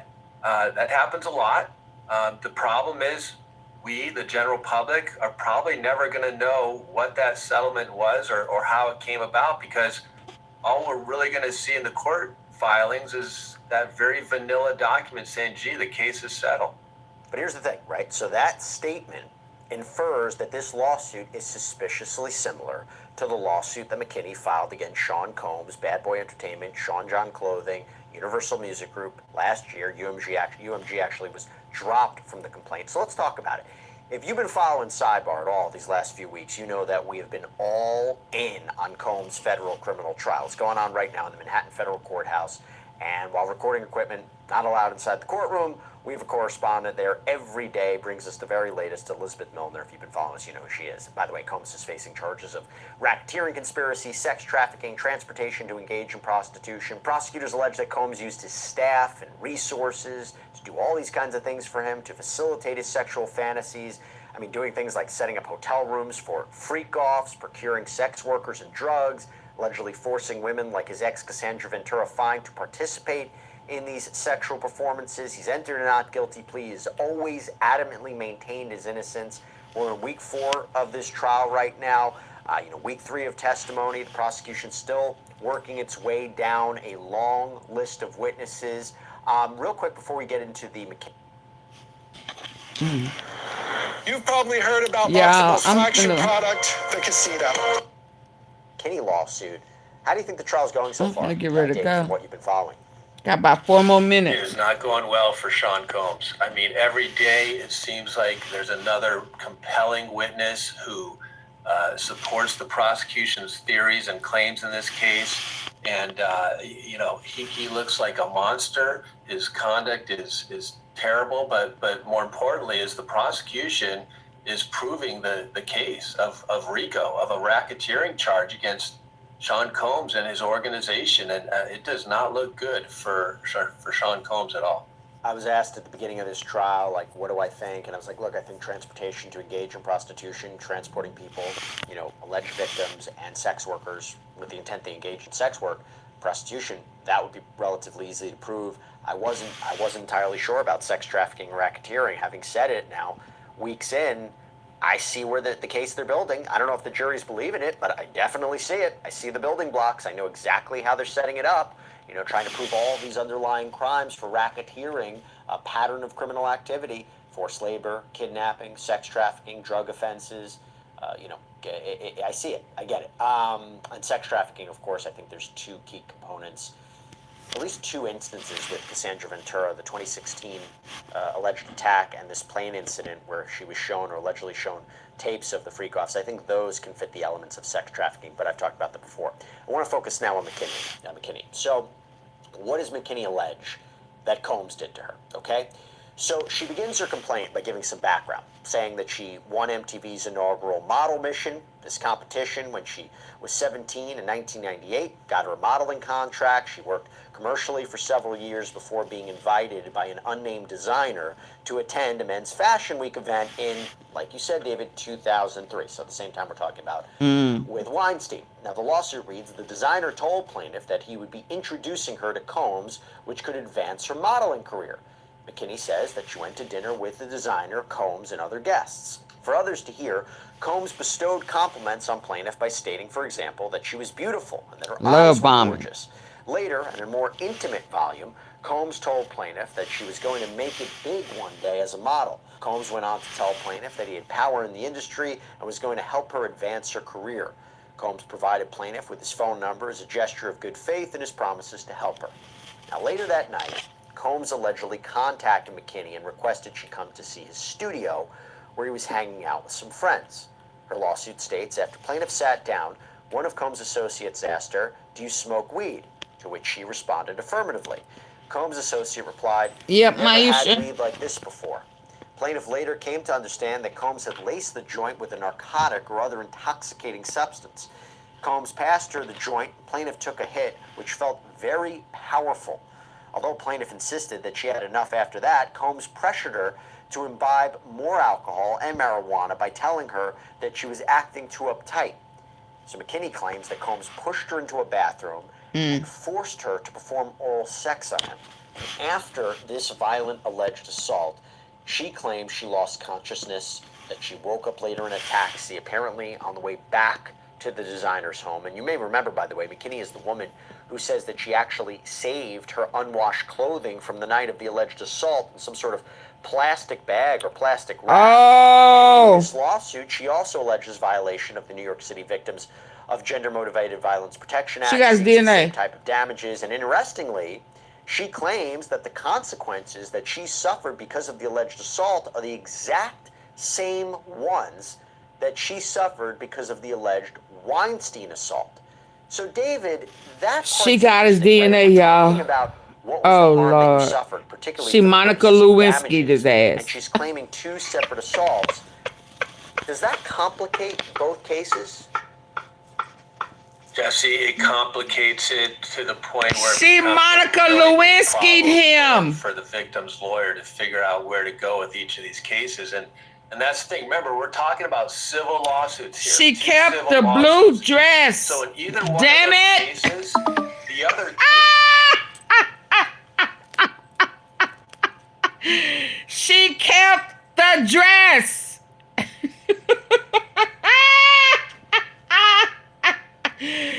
You Bill Clinton, she Monica Lewinsky. She got the DNA just when I thought I was leaving. Because of the alleged Weinstein assault. So, David, after this violent alleged assault, later, in a more intimate volume, Combs told plaintiff that she was going to make it big one day as a model. Combs went on to tell plaintiff that he had power to imbibe more alcohol and marijuana by telling her that she was acting too uptight. So McKinney claims that Combs pushed her into a bathroom and forced her to perform oral sex on him. And after this violent alleged assault, she claims she lost consciousness, that she woke up later in a taxi, apparently on the way back to the designer's home. And you may remember, by the way, McKinney is the woman who says that she actually saved her unwashed clothing from the night of the alleged assault in some sort of plastic bag or plastic wrap. And in this lawsuit, she also alleges violation of the New York City Victims of Gender-Motivated Violence Protection Act, seeks the same type of damages. And interestingly, she claims that the consequences that she suffered because of the alleged assault are the exact now, I don't think she'll be able to. That she suffered because of the alleged Weinstein assault. Because. So, David, that part's interesting, right? Whichever one got her first. Suffered, particularly for the purposes of damages, and she's claiming 2 separate assaults. Does that complicate both cases? She got the Jesse, it complicates it to the point where it becomes a really big problem for the victim's lawyer to figure out where to go with. Can't say she lying. And that's the thing. Remember, we're talking about civil lawsuits here. 2 civil lawsuits. So in either one of those cases, the other case is admissible. So in the Sean Combs case, I think whichever Sean one Combs got lawyers up get to bring first. up the fact that she sued Harvey Weinstein, that she's claimed civil lawsuits. So in either one of those cases, the other case is admissible. So in the Sean Combs case, the Sean Combs lawyers get to bring up the fact that she sued Harvey Weinstein, and that she's claiming all these damages from He got the DNA. She got his Harvey DNA. Weinstein case, his lawyers get to bring up the fact she's suing Sean Combs and is claiming all these damages from the She got Sean his Combs DNA. case. And it's What's all going the on same now, year, Leo? 2003. Doesn't happen. I'm not saying you can't get through it. I'm saying. Oh, okay. Okay. It poses a massive hurdle to getting to where you want to go and winning one of those cases. If one of those cases is dismissed by the judge, like on a motion to dismiss, can the surviving lawsuit, if it goes to trial, can they bring it up? That For example, DNA if it's though. the Diddy case, the civil Diddy trial, can they say, hey, your claims against Harvey Weinstein that you made very similar, those were dismissed? Or if it goes to trial beforehand, hey, a jury found you found Harvey Weinstein not liable. Can that be brought up in that trial, in the Diddy trial? It can. Well, that's going to be up to the judge, but what they definitely can bring up in either case, they can bring up the fact that she sued one of the other high-profile She defendants got here, somebody's claiming the DNA. exact same type of emotional harm and damage. So even if one I of the will cases agree was they both dismissed, close. But whoever other DNA case, they she still got can is bring up the fact, stuck. hey, you You two be sued acting kind of weird. Weinstein for all these damages, and maybe the case was dismissed or wasn't dismissed, or you settled it, but you still made this public filing that you were harmed. He got by two him. different eyes. Again, it's very difficult to overcome that hurdle. And look, it could very well be true that this happened to her, that she was abused by two very high-profile people that would have had Why was access she? to her. So it's very possible. I mean, we've heard it before. You know, young actresses, models, they have been abused by high-profile people. Having said that, they're both, you know, they are both innocent until proven guilty. I mean, it's not a criminal case with respect to McKinney, but they haven't been found liable. And so they'll have an opportunity to present their defenses and question the credibility of this account, question the timing by which she filed these suits, the timing with which she says both of these incidents happened in the same year. So just really interesting that we have one person who is suing both of them for very similar claims. David Ring, thank you so much for taking the time. Good Okay, y'all. I'll see y'all tomorrow. That's all we have for you right now here on Sidebar. Bye. Thanks so much for joining us. And as always, please subscribe on YouTube.